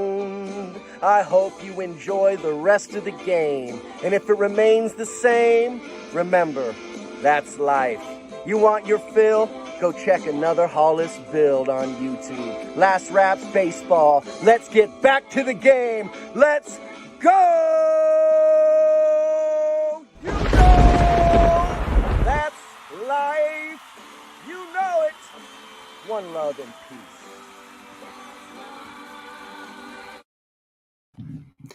Welcome back, everybody. That is Matt Hollis. Be sure to check him out after the ball game. He is another Hollis build. They're going to stay the Dodgers with their right-hander, Evan Phillips. He's going to come on for his second inning of work. And we look in and we peek in on the Diamondback Giant game, and it is still in the ninth inning. It's in the bottom of the ninth now. And the San Francisco Giants are all knotted up with the Diamondbacks at 4. We'll give you an update on that one if there's anything else that finishes. It's going to be Jerkson Profar coming into bat for Jake Marisnick. So Profar is coming in as a pitch hitter, and the first pitch to him is a fastball at the knees, taken for a called strike. The count is 0-1. So Profar into pinch hit. I wasn't sure if we were going to see Profar at all. He looked like he tweaked his hamstring last night in the ball game. So he's in on the left side facing Phillips, and he swings at a fastball and he fouls it off over into the third base side, and the count is 0-2.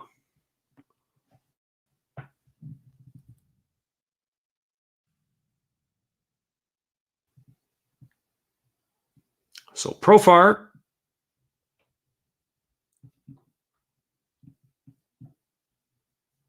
batting .225 on the season with 4 homers and 33 RBIs.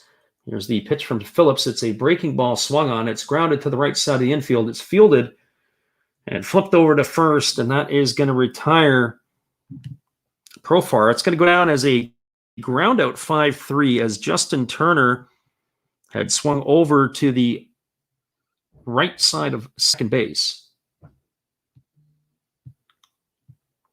And that is the first out of the inning.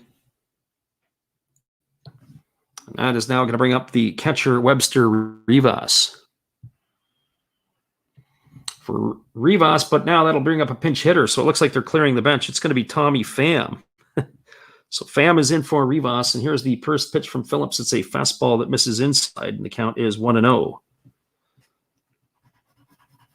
So as quickly as we can do it, I assume there's going to be a pinch hitter for the pitcher spot, because Trent Grisham was pinched hit for the pitcher Velasquez earlier. So here comes the pitch. It is a fastball that misses inside. The count is now 2-0 to Tommy Pham.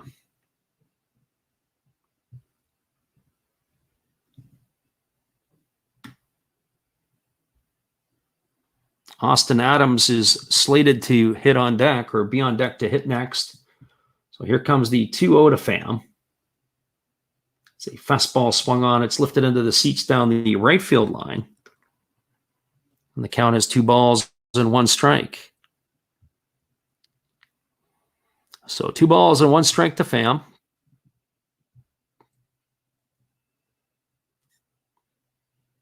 Phillips gets the sign from his catcher, Smith. He's ready to go back to work. He kicks and delivers, and there's a breaking ball that misses low, and the count's 3-1. Phillips, who had a clean 8th inning and has retired 4 in a row, Has not allowed a base runner yet. So here comes the 3-1 pitch. There's a fastball swung on. It is lifted into shallow right field. Coming in hard is Mookie Betts toward the foul line. He's going to make the catch, and that is going to do it for Pham. So 2 up and 2 away here in the top of the 9th inning, and that's going to leave it all up to a pinch hitter more than likely. It was supposed to be Austin Adams, but it is going to be Jake Cronenworth coming in to hit. So Cronenworth getting a pinch hit appearance here. He is hitting .267 on the season with 21 homers and 69 runs batted in. He's cooled off average-wise, much like the Padres had. There's the first pitch to Cronenworth. It's a fastball swung on, is lifted into left center field. Moving over to his right is Bellinger. He's going to make the catch, and that is going to do it here for the Padres in their half of the 9th inning. No runs, no hits, no errors, and nobody left the board. Your final score from Los Angeles, it is the Dodgers 8, the San Diego Padres 3. Before you go, I'm going to do a quick look to see what is happening with the Padres action. It is in the Giants action. It's in the bottom of the 9th inning right now in San Francisco. There's 1 away. They have runners on first and second. Joe Mantiply is pitching for the Diamondbacks. Kurt Casale is currently batting for the San Francisco Giants. So the Giants, if they win that game, they will maintain their 2-game lead over the Dodgers. Your final again from Chavez Ravine is Los Angeles 8, San Diego 3. We thank you again, everybody, for taking the time to listen to us tonight, whether you're listening live or on delay. This has been the Last Raps Baseball video production. We hope you all have a great night. Come on back and see us again later. We are going to call some more games in the playoffs, but we'll be a little bit sporadic as we do it. Hopefully you can join us then. Have a great day, everybody. We'll see you again soon. Thanks again.